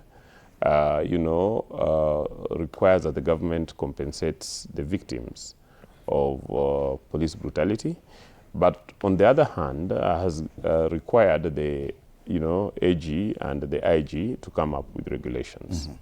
I think that is critical. And, we then need to ask ourselves, what is the philosophy behind the decision? And for me, the philosophy behind the decision is that the court has emphasized the fact that, protests are constitutional rights, assemblies are constitutional rights, and that the government should facilitate them. But at the same time, in my view, the court has recognized that such rights are not absolute and that they need to be regulated. And in regulating them, the regulation goes to one, regulating the police action, but also regulating the action of the organizers and the participants. And that I'm hoping that once this is settled and the regulations finally processed and submitted to court, we will settle on what we really need to do. But what we need to do is not... You also do agree that the kind of police action yesterday is not sustainable? Allow me to finish. What we need to do is not rocket science. It is being practiced all over the world. In Africa, in Asia, and other places. And that is that anybody who is exercising the right to protest has an equal responsibility to ensure that other Kenyans proceed on with their businesses. And now that I've allowed you to finish, kindly answer my question. Do you believe the kind of police action yesterday is sustainable going forward? My just blockade the whole city. My view is that the police action yesterday avoided the deaths, avoided the looting, avoided destructions, avoided injuries, and that it is possible to refine them so that, there can be normalcy, but this will take a country to achieve that.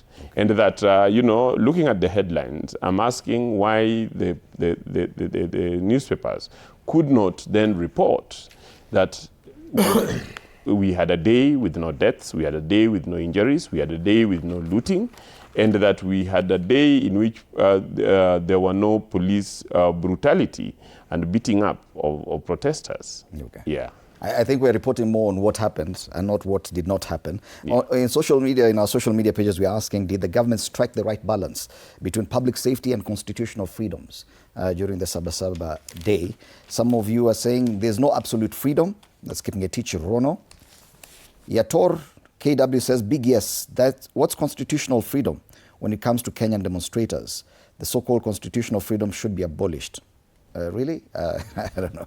Naitwa Vini says, a government that fears its citizens. Ruto even runs away from his own shadow. Michael Black says 100%, and Charles Miriti simply says yes. This is just some of your feedback on this issue that we've been discussing on the balance between police action yesterday in blockading the entire city, as well vis-a-vis ensuring public safety. That is a big discussion on the front pages of the dailies today. Many people, at least back to work today, they were hoping probably they would have been informed that yesterday was a holiday, because it was indeed. I want us now to move on to another discussion. Fred, allow me to say something before you wind up that topic. It's very sad that you have some Kenyans who now voice such an issue, abolish freedom. So I don't think that's a genuine Kenyan speaking from the depths of their being.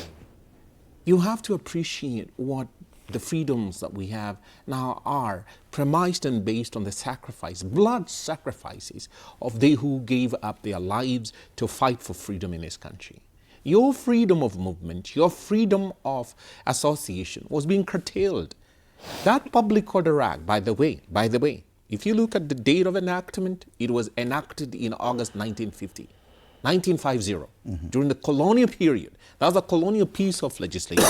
A whole lot of amendments have gone off the charts in that Public Order Act because subsequent to the independence of this country, then there were amendments because it was crafted for containing the African in his own country by the colonizer. Until you lose the value, until you lose something, until you no longer have access to it, and you were used to it, probably just taken it for granted, you will never appreciate its value. Let not Kenyans take for granted the freedoms that we have, trample on them, and think that a dictatorship is a far much more better way of doing things than we have. Allow people the space to speak whatever they want to speak. It's their freedom.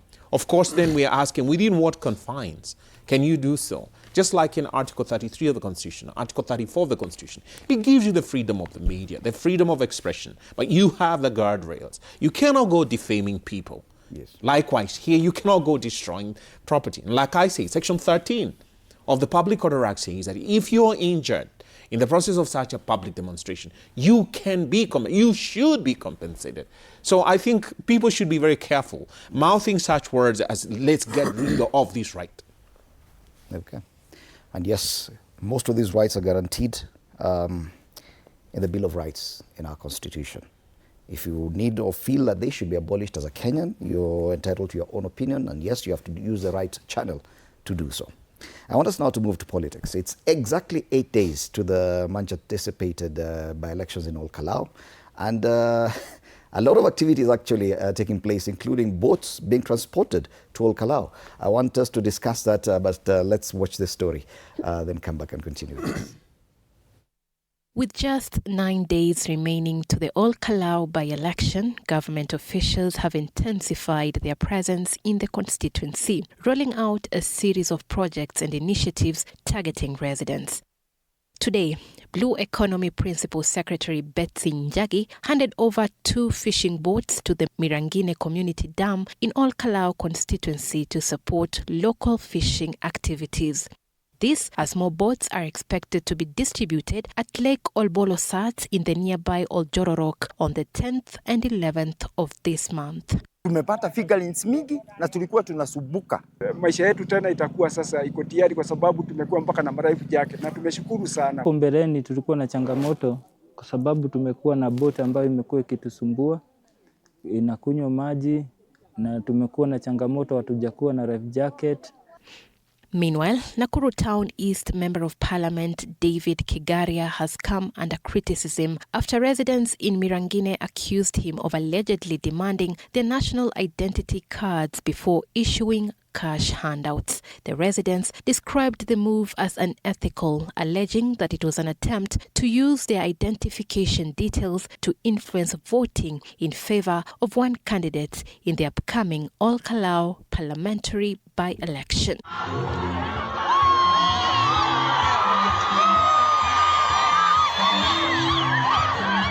Meanwhile, 20,000 families in Kalou constituency, Nyandarua County, are expected to benefit from expanded access to clean cooking energy after the government distributed 20,000 LPG cylinders under its Clean Energy Program.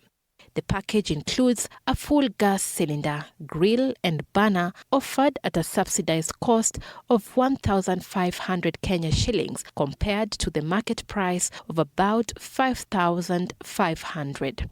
Petroleum Principal Secretary Kalou Harsama and his energy counterpart Alex Wachira have assured residents that the LPG rollout, alongside ongoing last-mile electricity connectivity projects worth more than 200 million Kenya shillings, will continue beyond the Kalou by-election. Unajua kuna watu wako na propaganda mbaya sana. Wanasema Wachira ameleta vikingi. Hakuna ni vikingi, hiyo ni mwanzo wa project. Ukiona project imeangishiwa vikingi, unajua inajengwa mpaka The national government has also pledged to invest 25 billion Kenya shillings in the construction of 400 kilometers of roads across Nyandarua County. The Kalou by-election is expected to test the political strength of the ruling UDA party and the DCP party, with both seeking to establish dominance in the Mount Kenya region. The by-election follows the death of former Kalou MP David Kiaraho on March 29, 2026. During his funeral, President William Ruto and former Deputy President Rigathi Gachagua shared a podium for the first time since their political fallout. In the high-stakes Kalou by-election set for July 16, 2026, UDA has fronted Samuel Nyaga as its candidate, while Sami Kamau will represent the DCP party. Elizabeth Atieno, TV 47. Yes, development or political tokenism. The government has accelerated launches of projects worth over 10 billion shillings in that one constituency alone. Shortly before the polls, including roads, land registries, title deeds, subsidized LPG kits, electricity infrastructure and other initiatives. All the CSs and PSs are there. Fanyamambo, let's start with you. Thank you. I think first and foremost, I want us as Kenyans to abolish that nonsense called a budget reading process. It is now nonsense. It must be abolished. How can you have 10 billion being available for Kalou post-budget? It was not budgeted for. It was not included in the budget. It was not read in the budget. It is now being spent in Kalou. So what was this waste of our time and energy, taking people to parliament and carrying our emotions to read a piece of paper that is useless? Because the reason why nations make budgets, and I dare submit to you, nations that use common sense read budgets, is because they follow them. Now tell me where 10 billion for Kalou is coming from if it was not provided for in the budget. 10 billion is not 2 shillings. Number two, Most of our hospitals, and I invite you to go to Nakuru, women, 3 of them are sharing a bed, giving birth. Na hii serikali imechukua mattresses, branded GOK. They are being given to men and women who have always slept on a mattress somehow in Kalou.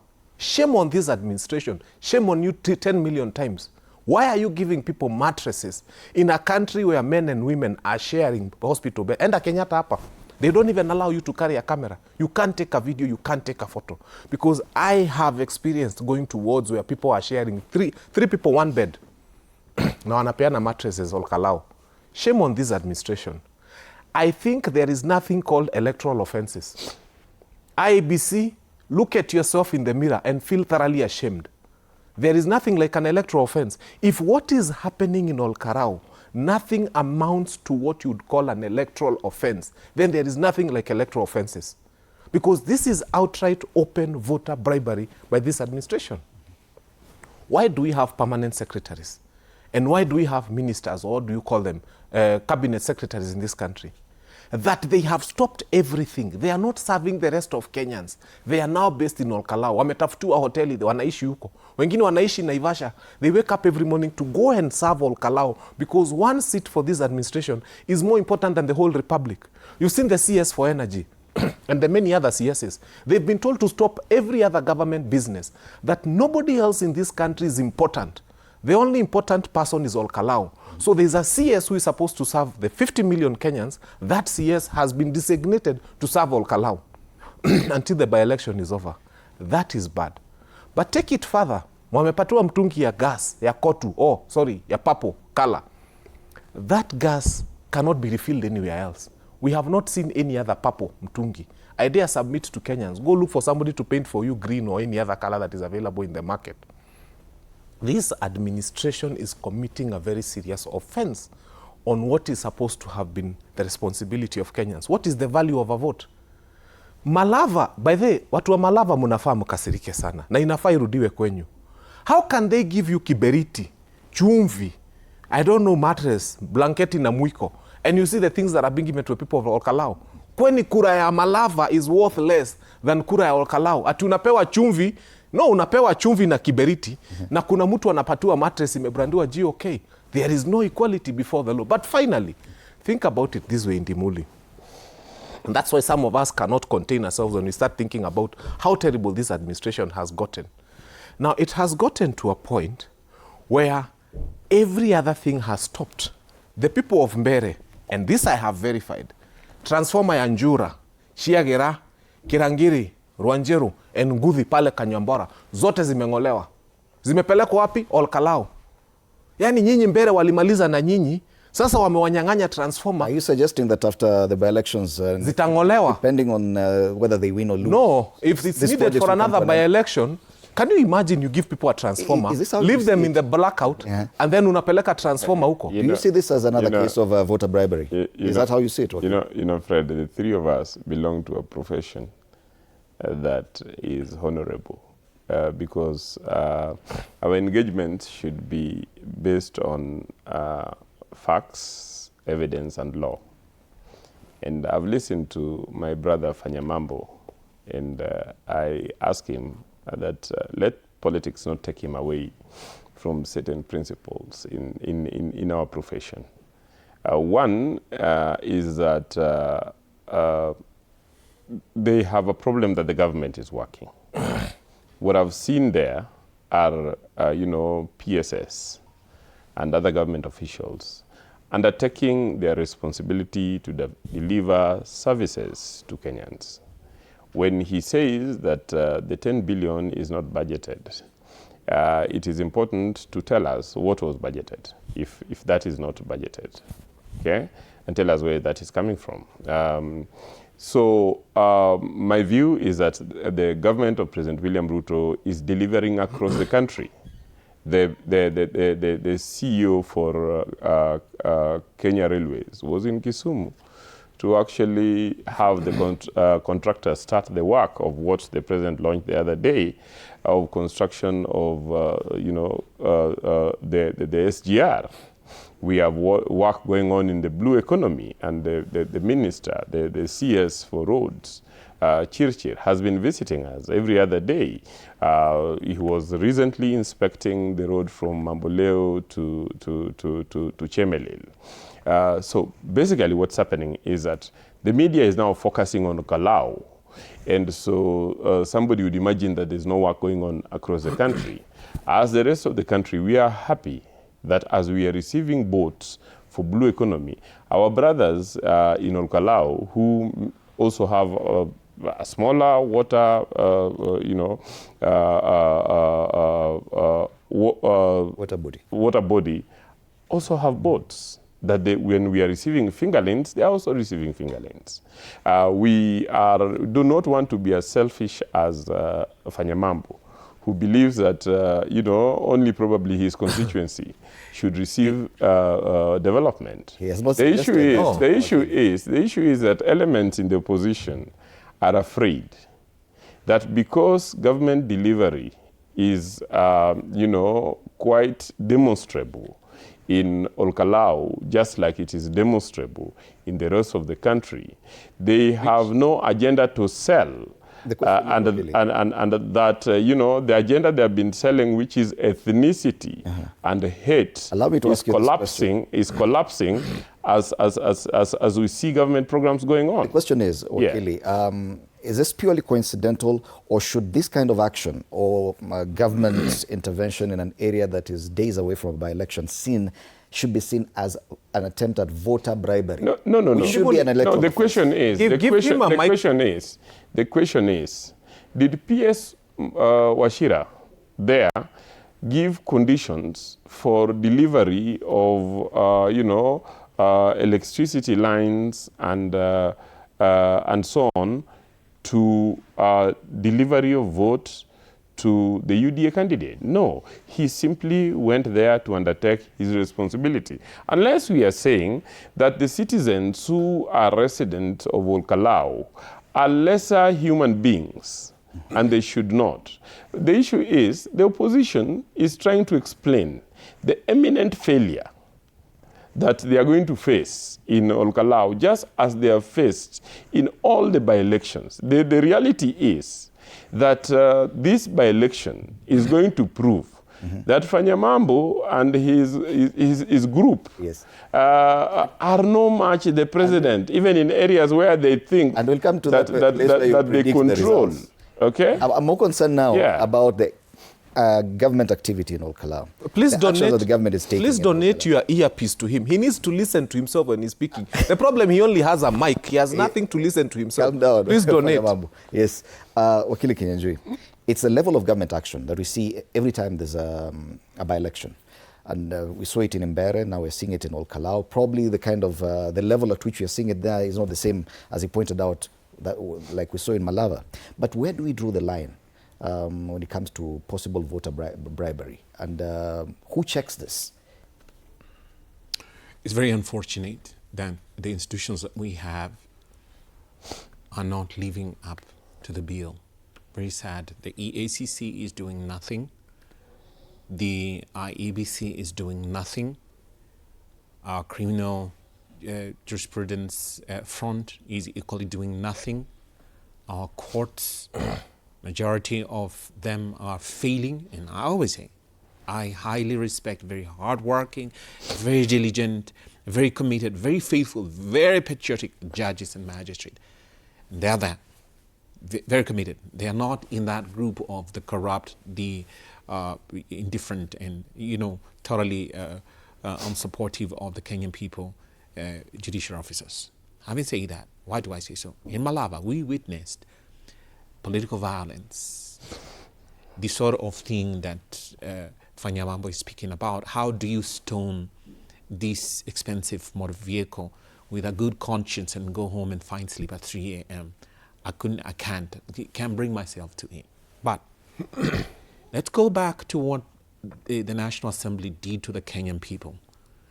Without blinking, they passed the Conflict of Interest Act. Section 25, subsection 1, says that now the cabinet secretaries, now every public officer is prohibited from taking sides in the delivery of their public service. However, they accepted cabinet secretaries.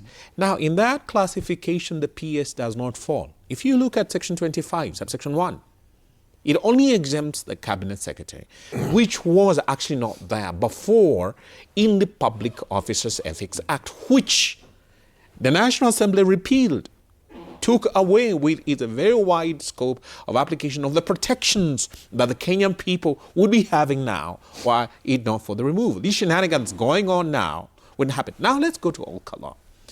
What are the registered voters' numbers there? They're about 73, or at least by the previous register of registered voters, 73,000, 72,997. The question is this: if the government gets those purple colored gas cylinders, and I don't know if they are full, and I don't know if they have any gas in them, or someone is going to ignite and find, or it was just the last bit of the embers that they will burn in that, I don't know. But I heard someone say there are only 20,000. Now, compare that with the registered voters. If they were really keen on promoting their goodwill that Joshua is speaking of and telling us that, President Ruto's government is very caring of its own people. And then all Kalou people are somehow exempted from every other whatever that is applying to every other constituency. And now they are a very special class of the Kenyan people. Let's be real. The politics of it is that the government, the UDA government, the Kenya Kwanza government is so apprehensive about the tables turning and what this portends for the 2027 election. That's why they are pouring everything and anything that they can in order to ensure that they do not lose this seat. And there is another dimension which is very worrisome and which I find that the IEBC is very quiet about. And there have been murmurs about, which in my view they should have investigated, the IEBC should have investigated, that there are these politicians and former politicians and dying politicians whose careers have withered. They have now gone and camped in Kalou. And Fanyamambo says that, well, they are there, they are known to be moving from this residency in the constituency and going back. I mean, they don't have any other task other than to ensure that they have bought the IDs. That is a voter suppression. Voter suppression. That means that when you exclude someone from voting because you have either withheld their ID or locked their ID in a certain way that they cannot use it during the election, is a criminal offense. It is an electoral offense. And so I would have expected that immediately this was done, and probably it is them who are more directly affected, who should be lamenting and complaining. And I don't know if they have lodged or DCP has lodged any complaint about that specific issue. Forget about the voter bribery, because they can deny. Although we heard someone saying that, I spent 1.2 million over the weekend. I heard an MP, a sitting MP, saying that sort of thing. This is what I explained in Kalou. That is voter bribery. Forget about that. Now, voter suppression is a thwarting, it is a diversion, it is a whittling of the democratic process of the people that are there. So the active voter suppression actions should be punished. Going forward, what does it entail us? That these are likely criminal offenses that are likely to be carried out by the state so as to entrench itself toward the Kenyan people. And then the voice that has been recalcitrant, been ongoing there in Kalou, is that you have a one term. And then they receive these goodies as it were, and Fanyamambo is asking, where did you get the 10 billion from? Accountability. As accountability. So as I close, let me say this. The Kenyan people look up to these institutions, the commissions, the independent commission, the EACC that I mentioned, and let me not belabor that. And then what do they receive in return? Disappointment, disenchantment, and disillusionment. How do you expect that person that you have now driven to that edge of hopelessness, when this institution that is being funded by their taxes is doing the exact opposite, but the question ameliorating the evil? Question is, are you simply complaining because you do not have the same kind of resources that you can share in this instance? Have you, because you said you were in Kalou, have you raised a formal complaint about what's happening in Kalou? And we are tired. By the way, this administration that you're telling us to raise a formal complaint to has not investigated Wetima, our attacks in Kayole. You know, but keep it on record. Keep it on record. The thing keep it on record. We've gotten a to time a place, will come when we'll need it. I was in Kikuyu when we were beaten up by police and tear gas. I was in Mbere when a cabinet secretary raided a polling station at night and kicked us out like dogs, and we were scattered, and they counted what they wanted and they announced what they wanted. And you know yourself, you cabinet secretary, you who found us there and what you did to us, shame on you. So when you come and tell me to go and report to this administration, I am wasting my time. Even to the IEBC, what raising for? a formal IEBC, look at EFECON. About EFECON, go and look at yourself suppression, in the mirror. Voter bribery. EFECON, go and look at yourself in the mirror and ask yourself, when government moves around this place donating mattresses to people branded GOK. No, make a complaint. And hospitals. Panyamambo, make a complaint. That is what we are going to use. We objectively outside of the game. I'm just telling you that we have made complaints, and we are tired of complaints that have never been investigated. Wetima, we got to a place we even gave them the troop number. This is the policeman, this is his troop number, this is his photo, this is the circle, this is the matatu, this is the registration. That matatu is still on the road. So why are you telling me to waste time, go and make a complaint? And I like what Raila Amolo Odinga used to do. He used to get to a point and you'd say, this is rubbish, let's go to the streets. Anyway, this is what I was coming to. When you discuss Ol Kalou the way you're discussing, our Akili here says he's from Kondele. Kondele mumepoa mattress ngapi? You are saying the government is moving around giving the equal distribution. Kondele mumepoa gas cylinders ngapi? Kondele hiyo Kondele, the people of Kondele are not happy. Hata kiberiti ya mujapewa, juu hakuna by election kwenyu. Are they? So let me tell you, let us be people who mean well for this country. In as much as we come and say we are part of a noble profession, the other advocates will be laughing at you and asking, huyu wakili anaongea juu ya nini akisema kwamba that Kisumu gets an allocation. You know, counties were given 400 and something billion. It was distributed, Kisumu got 14 billion.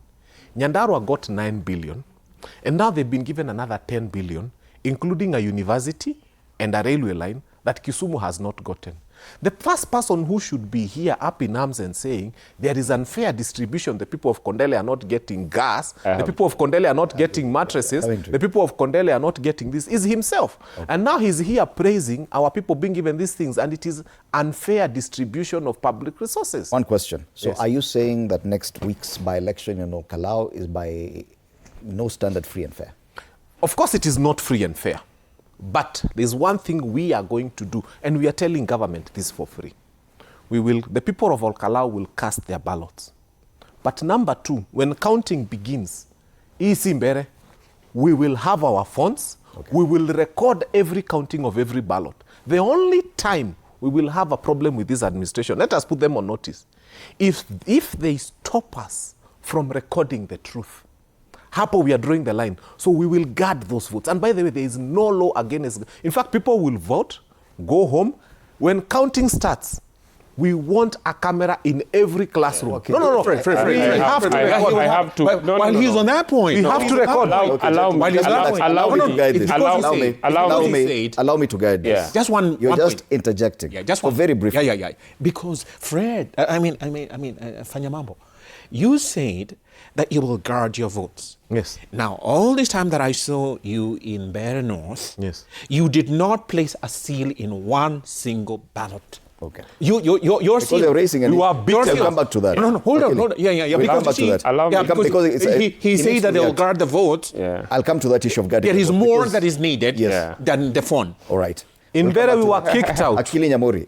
It's Bwana Nyamori. And they did everything they wanted. We'll come back to you. That's a different issue. We'll come and discuss. Now, it is important that I respond to my brother and let him know that, yes, Kisumu is very comfortable with the 14 billion it received, but also inform him that we have a Riat University that is coming up at 8 billion shillings announced by the president.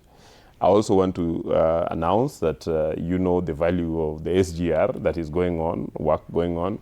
We have almost 15 billion worth of, affordable housing programs that are going on. Avoidable. The president has launched, and there is work going on the blue economy that includes the PIA, the ports, that is amounting to 9 billion shillings.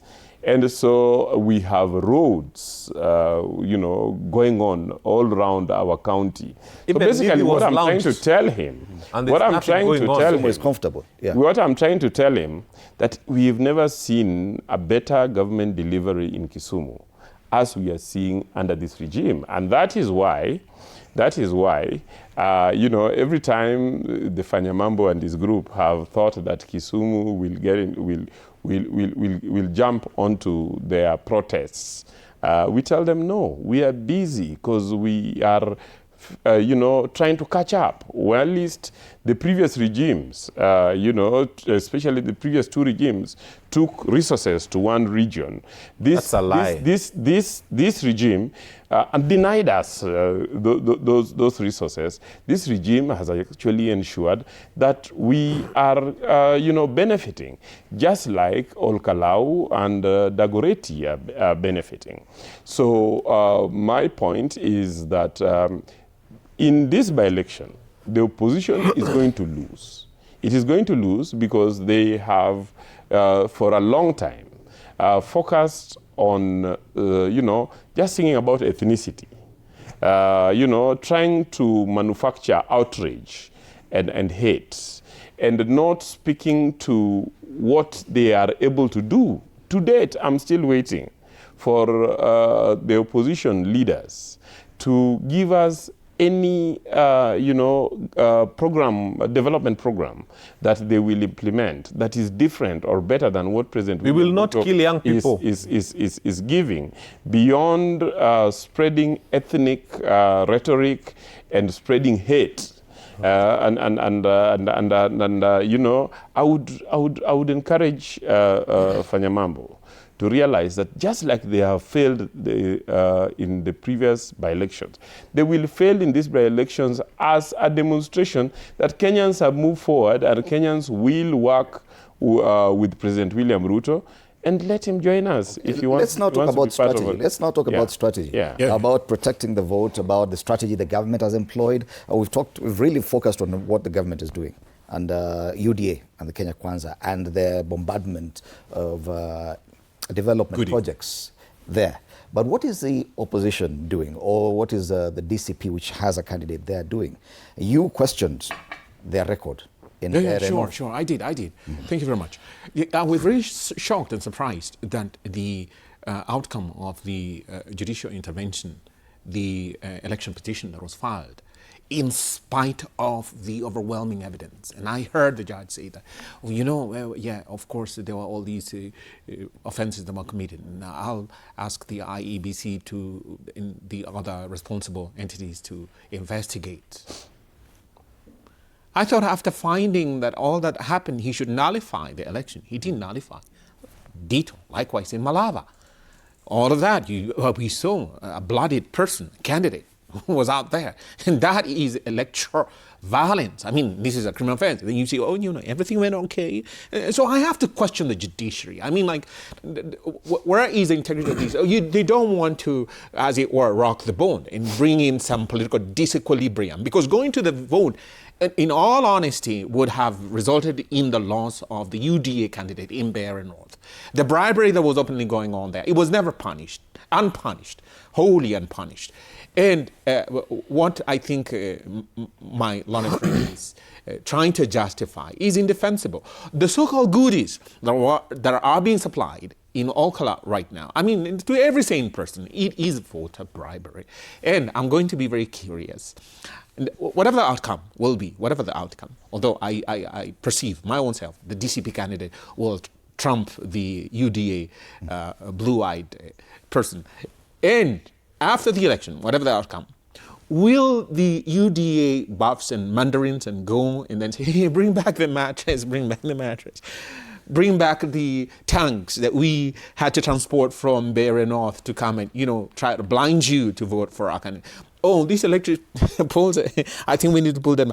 Will they do that? I suppose they will do that because this is a hypocritical government. Now, to answer Nyamori, if I were out there doing it, I would just lay out my blueprint right now and tell them that this is my blueprint. Like in Angola, Dos Santos, in his family, facing the judiciary, I would have all of you face the judiciary. If you've stolen a penny, and if you can go and pump 10 billion in Kalou without any accountability, I will have you jailed. And I will also have your assets. And you in the EACC, and you in the administration, and the DPP, if you are part of these, and you are privy into these sort of connivance and shenanigans, try to suppress the truth, and the Kenyan people to know that this is a criminal in a political space, I will also jail you. In just a minute. I'll roll that out. Yes. And I'll tell them, I'm going to roll that out within the shortest period of time. And I'm going to get the honest people, most honest people in the judiciary to ensure that that happens. And the surgery that happened, the radical surgery in the Kibaki period, I'll tell the JSC, if you're unable to sweep the house off the judiciary, I will also have you taken care of. That power belongs to the people. All right. And the Kenyan people are tired and fed up. And I'll tell them, I'm going to roll this out. And I'm going to try and transform completely the agricultural sector. I will ban the GMOs. And I'll tell the Kenyan people, I want you healthy. And I want to reduce the price of food because I want the Kenyan people to go to work, full, healthy, and able to work. Then, and I'm going to tell them, after every 5 p.m., I want you to happy. All these people in the entertainment industry, mimi nataka mcheke. Nyote mcheke, muona furaha. Hiyo stress yote ya kazi muache. Na mimi hiyo kodi yenu ambao nawatoza. Mimi ningependa nitumie hiyo kodi jinsi mnaona. And I'll get all these foreign nations and tell them, look, I want you to disclose to me how much money has this president gone to pump out there in terms of foreign accounts. I want the money back here. Hold that thought, Wakili. That would be my rollout. And I'll tell the Kenyan people, vote for me. This is what I want to happen. I want to change your life. My question was still about the strategy that the DCP is employing in Kalou because we focused a lot on what UDA is doing. But that after the break, are you certain, are you comfortable that the strategy DCP is employing this time round, as opposed to what it did in Bere or elsewhere, will work? That after the break.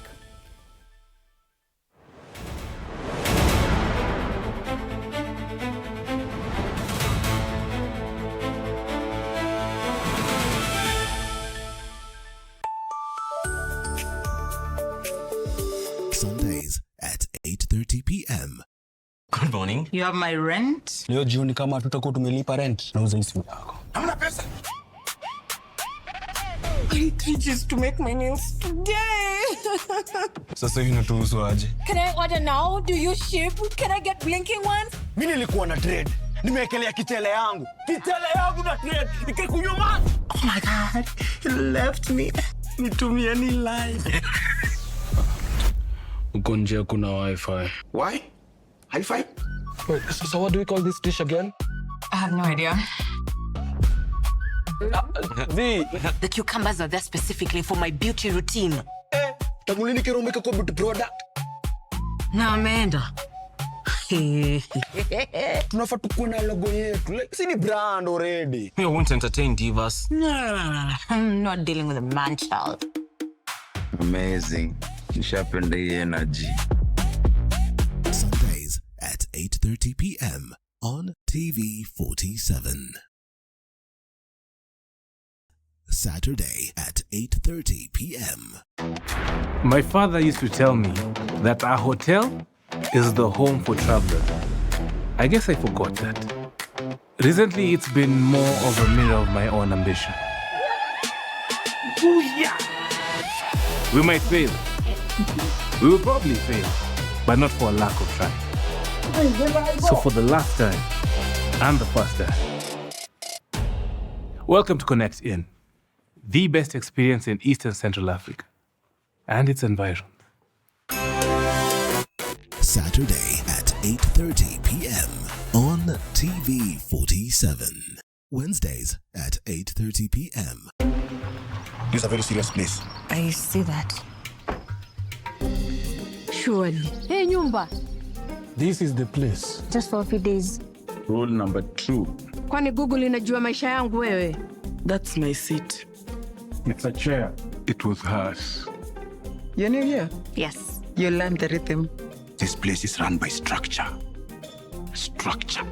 It is a system, ni venye tu ni system haisikizi.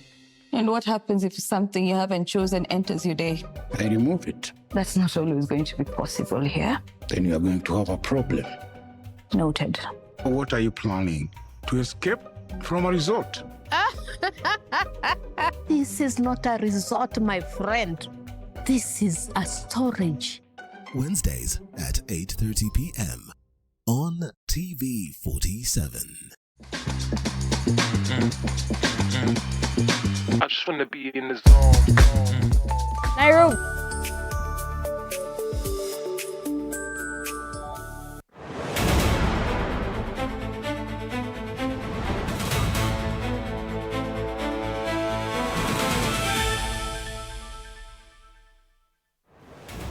Welcome back. You're still watching TV 47 Breakfast, and as we get to the tail end of this conversation today, we are focusing on the all Kalou by-elections, which take place on the 16th of July, which is exactly 8 days from today, next Thursday to be exact. Just before the break, we were discussing what the UDA side is doing. Basically, CSs and PSs are on that end, launching development projects. Whether or not this is seen as voter bribery, that is another discussion.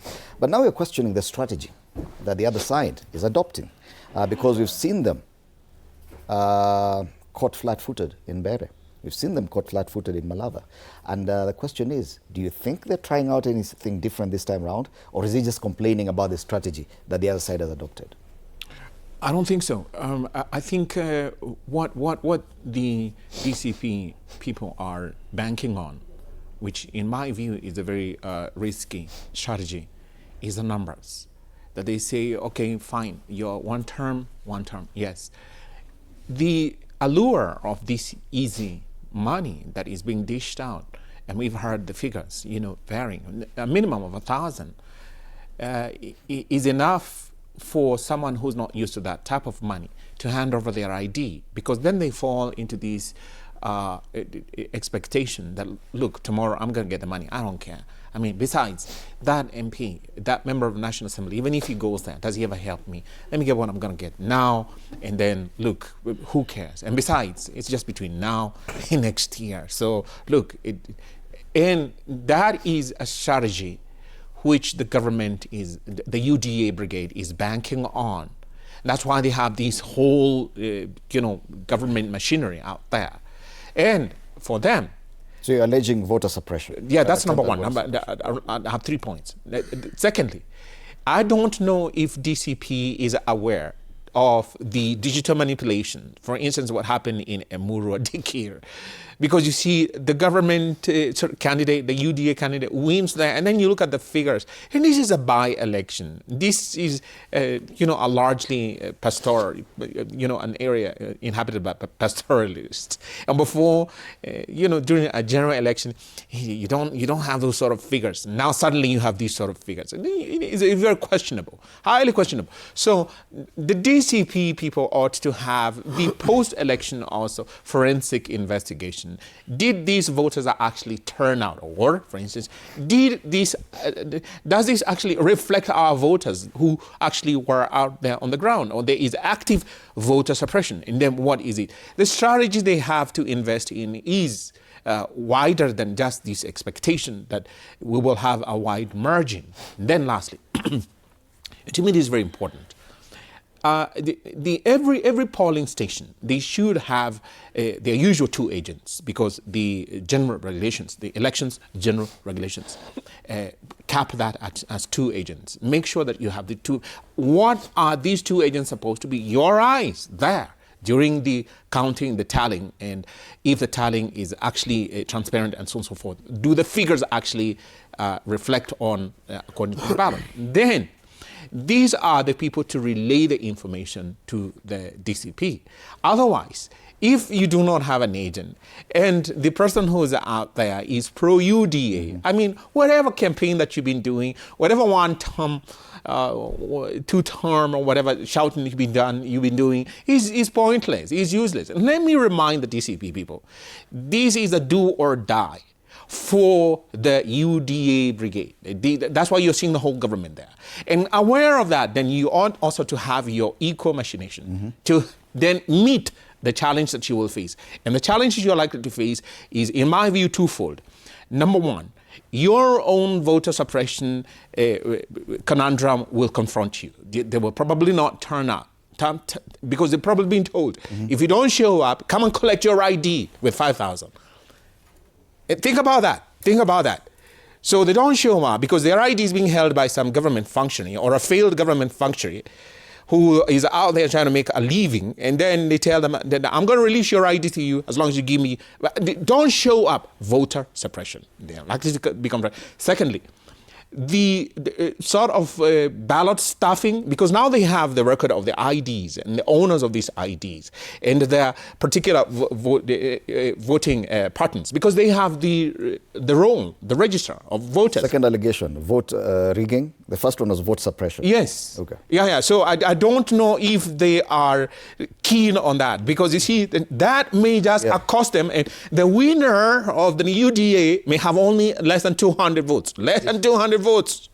But the feeling is that UDA machinery is well organized. That's just the feeling.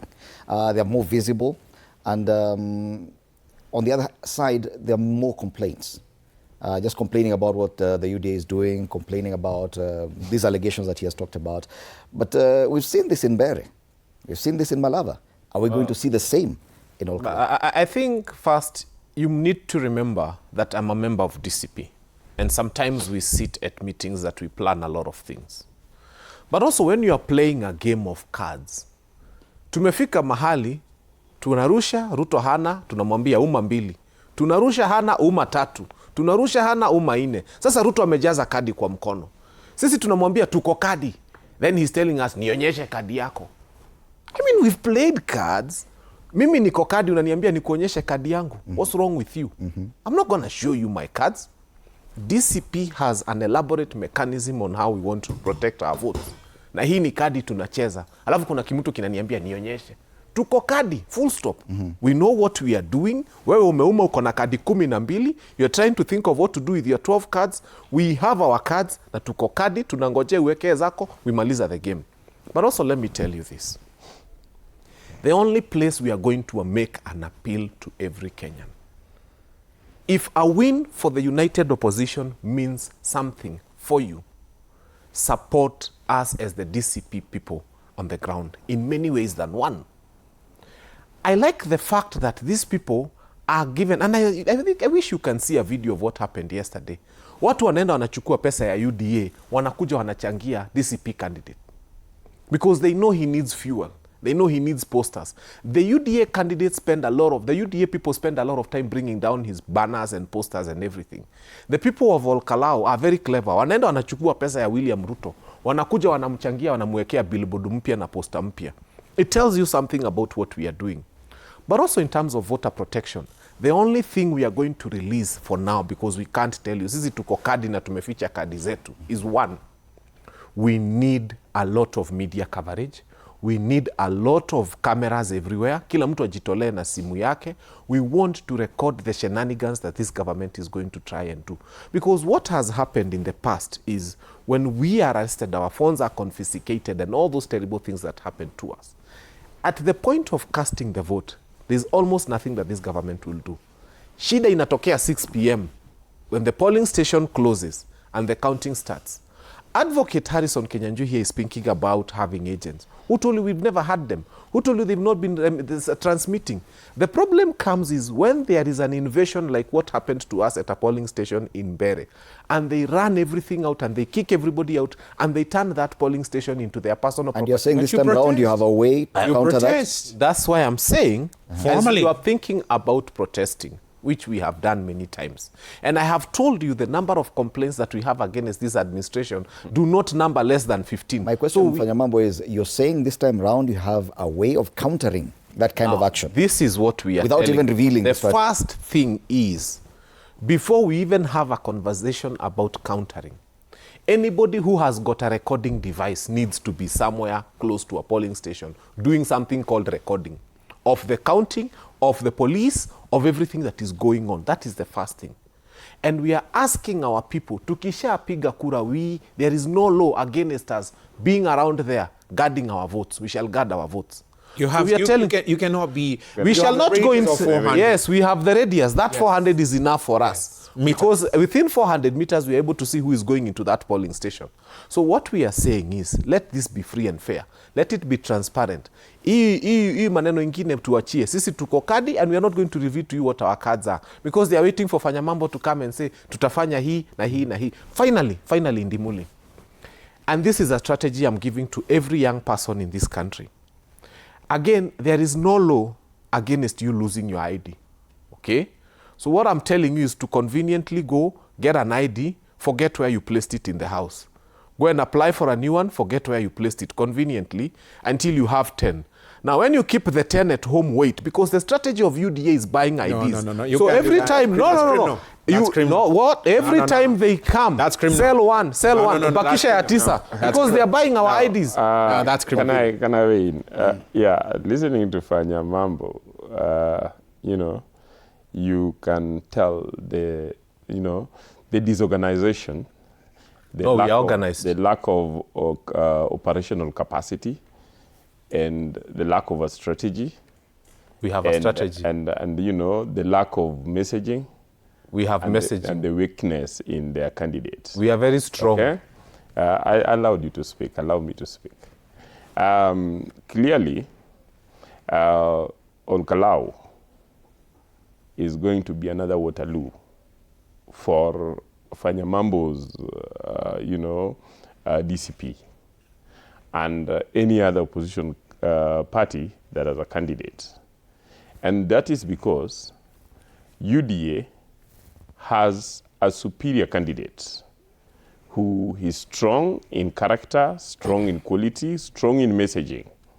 And that UDA as a party, as a political party, has mounted a superior campaign messaging, a superior campaign framework that includes the infrastructure for the campaign, and that has a strong finish capacity that opposition cannot match. And so when I hear my brother Fanyamambo speak, it is the kind of, chest thumping, but also trying to prepare the people why they are going to lose. No, we are winning. And I bet you we will come here, call us, the three of us here, a day after the by-election, and Fanyamambo will be telling us that, this vote was stolen, with no evidence. There was voter suppression. I have just checked the turnout from Mbere, where they are saying that the government employed voter suppression. The turnout in 2022 election in Mbere was 68.8. The turnout in the by-election was only 6.9% less. That therefore means that was one of the highest turnout ever in a by-election. Those were inflated numbers. And rumors, no. By-elections don't. Those were inflated numbers. Pre-marked ballots, we were there.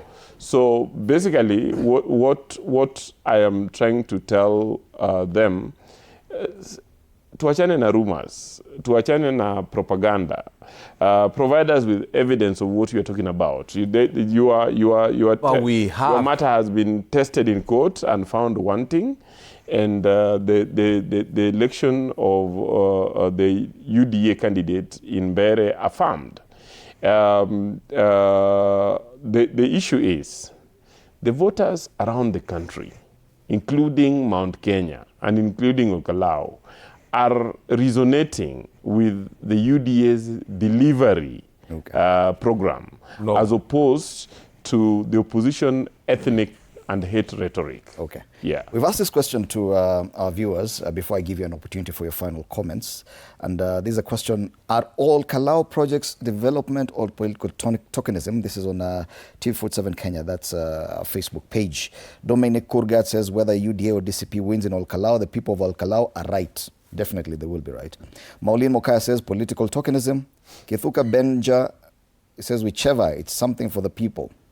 Rennie Riley, it depends on your angle of view, but as long as it benefits the people, let it continue. Ballot is a secret. Johnny Nderito says obvious political tokenism. Steve It says, let's give Gachagua his own credit. Without him, there won't be need for those tokens. Beneza Mwangi says, how or who made an allocation of 10 billion in the budget for a single constituency? He asks, Samatandi, is that you? Nyandarua County alone does not get up to 10 billion a year from national government, but mysteriously, all Kalou constituency does. Billman Beman says, political strategy. John Budia says, voter bribery. Sean's Light Kale says, it's just politics. Mbona speleke Tongaren kwa Chikati. Barabara ya Ndivisi Makunga, it's like vile ilikuwa. Hata uko kwenye mkiwa na by-election, maybe mtapata kitu. Frank Kigan, Olkalou ishaanza kuwa Singapore kwa kishindo. And Dante says, tokenism. Eddie Wanyondu, voter bribery. Shiru Muturi, tokenism. And Sami Sportif says, Mbere, people can tell us more. Yeah, these are just some of your feedback. Asante sana for taking part in that as well. So, gentlemen, I give you each about 2 minutes for your final statement. Start with you, Wakili. Thank you. Now, for the Kenyan people that are watching what the politics playing out in all Kalou, it is a very sad pointer at how low our politics and our so-called leaders have sunk. Whole PSs who, as I've said, Section 25(1) does not include them in the so-called peddling of government policies and the like. They ought not be that. And shame on the National Assembly for having passed that Conflict of Interest Act when it was a bill.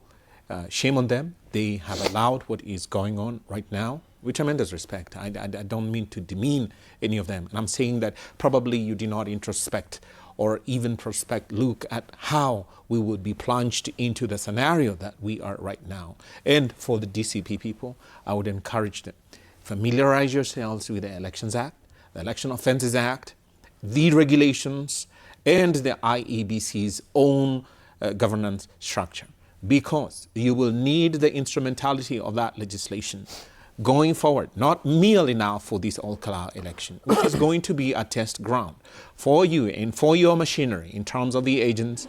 They are being equipped with the relevant knowledge and information that, look, when this ballot is marked in the way it is marked, outside the prescription of the law, what do I do? Let it not be an issue that it springs a surprise on them and they have a knee-jerk reaction at that moment. They need training. Are they trained? They need to know that this is what action is supposed to be taken, and in preparation for any litigation that is probably likely to spring from that, are they aware this is the gamut of evidence that we need in order to succeed to overturn what visibly to everybody else has actually been there. The people that he's inviting, for instance, come with your cameras, let us record these. Do they know who they are? Because then you can have someone then who can then turn against you, and you have the evidence, and you're relying on that person, and you don't have. The goodwill that the DCP is expecting of the Kenyan people is not possessed by the UDA governance. And let me remind them, and every Kenyan person now, this is a government that is keen and so deeply driven to entrench itself. And like I've always said, they have their backers. The neo-colonizers are out there waiting in the wings as they have driven this government to ensure that its governance is having the cloak of democracy, rule of law, but it's quite the opposite. Right. We Kenyan people ought to be actually very alert. And the young people have done their bit. But they who hold the instruments of power and control are not willing to let go. And they are very keen and driven to drive us into a dictatorship. If we are suffering now, how about 5 more years? All right. It has to be one term. Okay. Thank you. I think I want to start first by addressing something that he has mentioned 3 times, and I have tried to ignore it. And now I have to, Nyamori, and I have to address it. He keeps speaking of DCP as tribal people. And I want to say on national TV, we are not tribal people. I want to say that if you go to the constituency where Atuoli comes from, his MCA is a DCP MCA. If you go to Narok, we have a DCP MCA, uko siko wa Kikuyu. And this party is growing in a way that is annoying them. We've held rallies in Mombasa. We've gotten very good votes in Emuru Adikir. We got 37% of the votes cast there. So we are not a tribal party. And the people who are calling us a tribal party, by the way, have made such serious tribal appointments. You go to the energy sector, when there's a haste in the petroleum, everybody arrested can actually speak mother tongue in the police station. So we've gotten to a place where those people who make tribal appointments, they make the nation look like it belongs to one tribe, are calling us tribal. And by the way, what annoys me the most, I was in Azimio myself. And I vied on Azimio, and my posters had Baba's photos on them. I put Baba's photos on my posters knowing he was Luo. And 1.2 million of us from the mountain gave Baba kura, knowing that Baba was Luo. 3.7 million Kikuyus gave votes to William Ruto, knowing that he was Kalenjin. This notion of these people trying to sell that this is a Kikuyu affair and Kikuyus are tribal and DCP is a tribal party need to realize that there was a Kikuyu on the ballot in 2022. And the Kikuyu nation refused to vote for that Kikuyu and voted for William Ruto, knowing very well he was Kalenjin. They even gave less votes to Mwaore and gave Raila 1.2 million votes, a lot more votes than even the Kalenjins themselves did give to Baba. So let us not have that notion of trying to sell the 207 tribal agenda of 42 verses 1. And again, we are a community that is making it very clear that on this bargaining table, because even Linda Mwananchi, I can tell you authoritatively, is going to join the United Alternative Government. And we are saying it doesn't have to be a Kikuyu president. It doesn't even have to be a Kikuyu deputy president. What narrative are they going to sell when we come and tell them that, by the way, tumefika mahali tumesema, we can even make Oburu Odinga president. The problem we have is William Ruto. We can get another Kalenjin and make him president. The problem we have is William Ruto. It's not the Kalenjin community. It's not the Luo community. We have a problem with one president called William Samoei Arap Ruto. So let us not have that narrative of tribal being allowed to play on national TV. Finally, watu wetu, our supporters in Bere and across the country who feel the pain of it, be thoroughly encouraged that we have put up a good fight. If we hadn't, atungeletewa boats. If we hadn't, atungeletewa mattress. If we hadn't, all those things would not have been brought to Olkalau. The reason they are being brought is because we've put up a good fight. The reason they are being brought is because Atuoli's MCA is from DCP. It's because we have an MCA in Narok. It's because DCP has gotten a national footing. In Malava, we got very good votes. So what we are trying to tell them, in Emuru Adikir, hata wakiiba na walete goons na wafanye vile walifanya, we still got 37% of the total votes cast. They were saying at DCP stands at 2% in Rift Valley. Kule ni kwa Kipsigis. Those were Kalenjins, and they gave us 37% of their votes. We are a very popular political party, and we are telling the people, be thoroughly encouraged. You have a right bus, you have good leadership, and for sure we are going to teach UDA a lesson. Wapende wasipende, we'll teach them a lesson. All right. Finally, yeah, I want to start by, telling my brother Fanyamambo that I like the way he interchanges, the party and the tribe. That at some point he says a national party, and sometimes he says he's talking as, a spokesman for the Kikuyu community. Secondly, that I did not mention the Kikuyu community. And that is why I'm saying that UDA is going to beat DCP flat-foot in Olkalau, because UDA is a national party that is, just engaged in national development rhetoric. And would not engage in ethnic rhetoric. The party leader of DCP is guilty of speaking ethnicity and saying that he represents first and foremost the interests of an ethnic group, and that is what I'm calling out.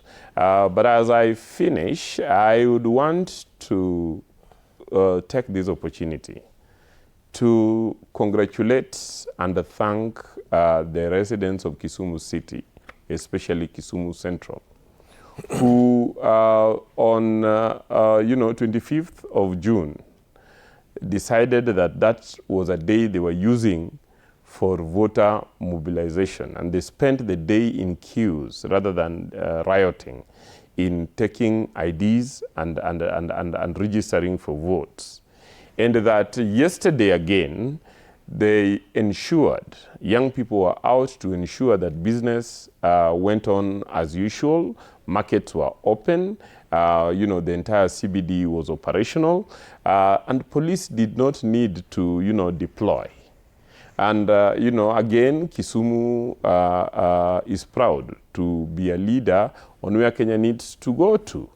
That when things are working, we do not necessarily need to protest, and that if those who want to protest need to follow the correct channel so as not to inconvenience the, you know, the other Kenyans who want to go about their businesses. And that is a strong message that the people of Kisumu have sent. Finally, that this government is going to be re-elected. And any by-elections have demonstrated, and the superior development programs by the president has demonstrated. And by the way, you see even international agencies, including yesterday, affirming that Kenya is on the right trajectory. So we are on the road to Singapore. Because that's their agenda. We will ask. That's their agenda. We will ask. You know, Harrison and Fanyamambo to join us. We don't want to leave anyone behind. We are not leaving anyone. Atuendi Singapore, we are not leaving anyone in Sabibo. Yes. We will take them to Singapore. You go to Singapore on your own. Leave us in Kenya. Allow me to acknowledge you, gentlemen. Asante sana, Wakili Joshua Nyamori, Wakili Harrison Kinyanjui, and Fanyamambo Kenothia, who's an MP aspirant, Dagoretti South, also Wakili. Yeah. So today we just had officers of the courts on this panel. Asante sana for your time. Thank you very much. This morning. After the break, we switch gears. Being a Wednesday, talk matters relationships. This one is for the young people, definitely. The X-Files.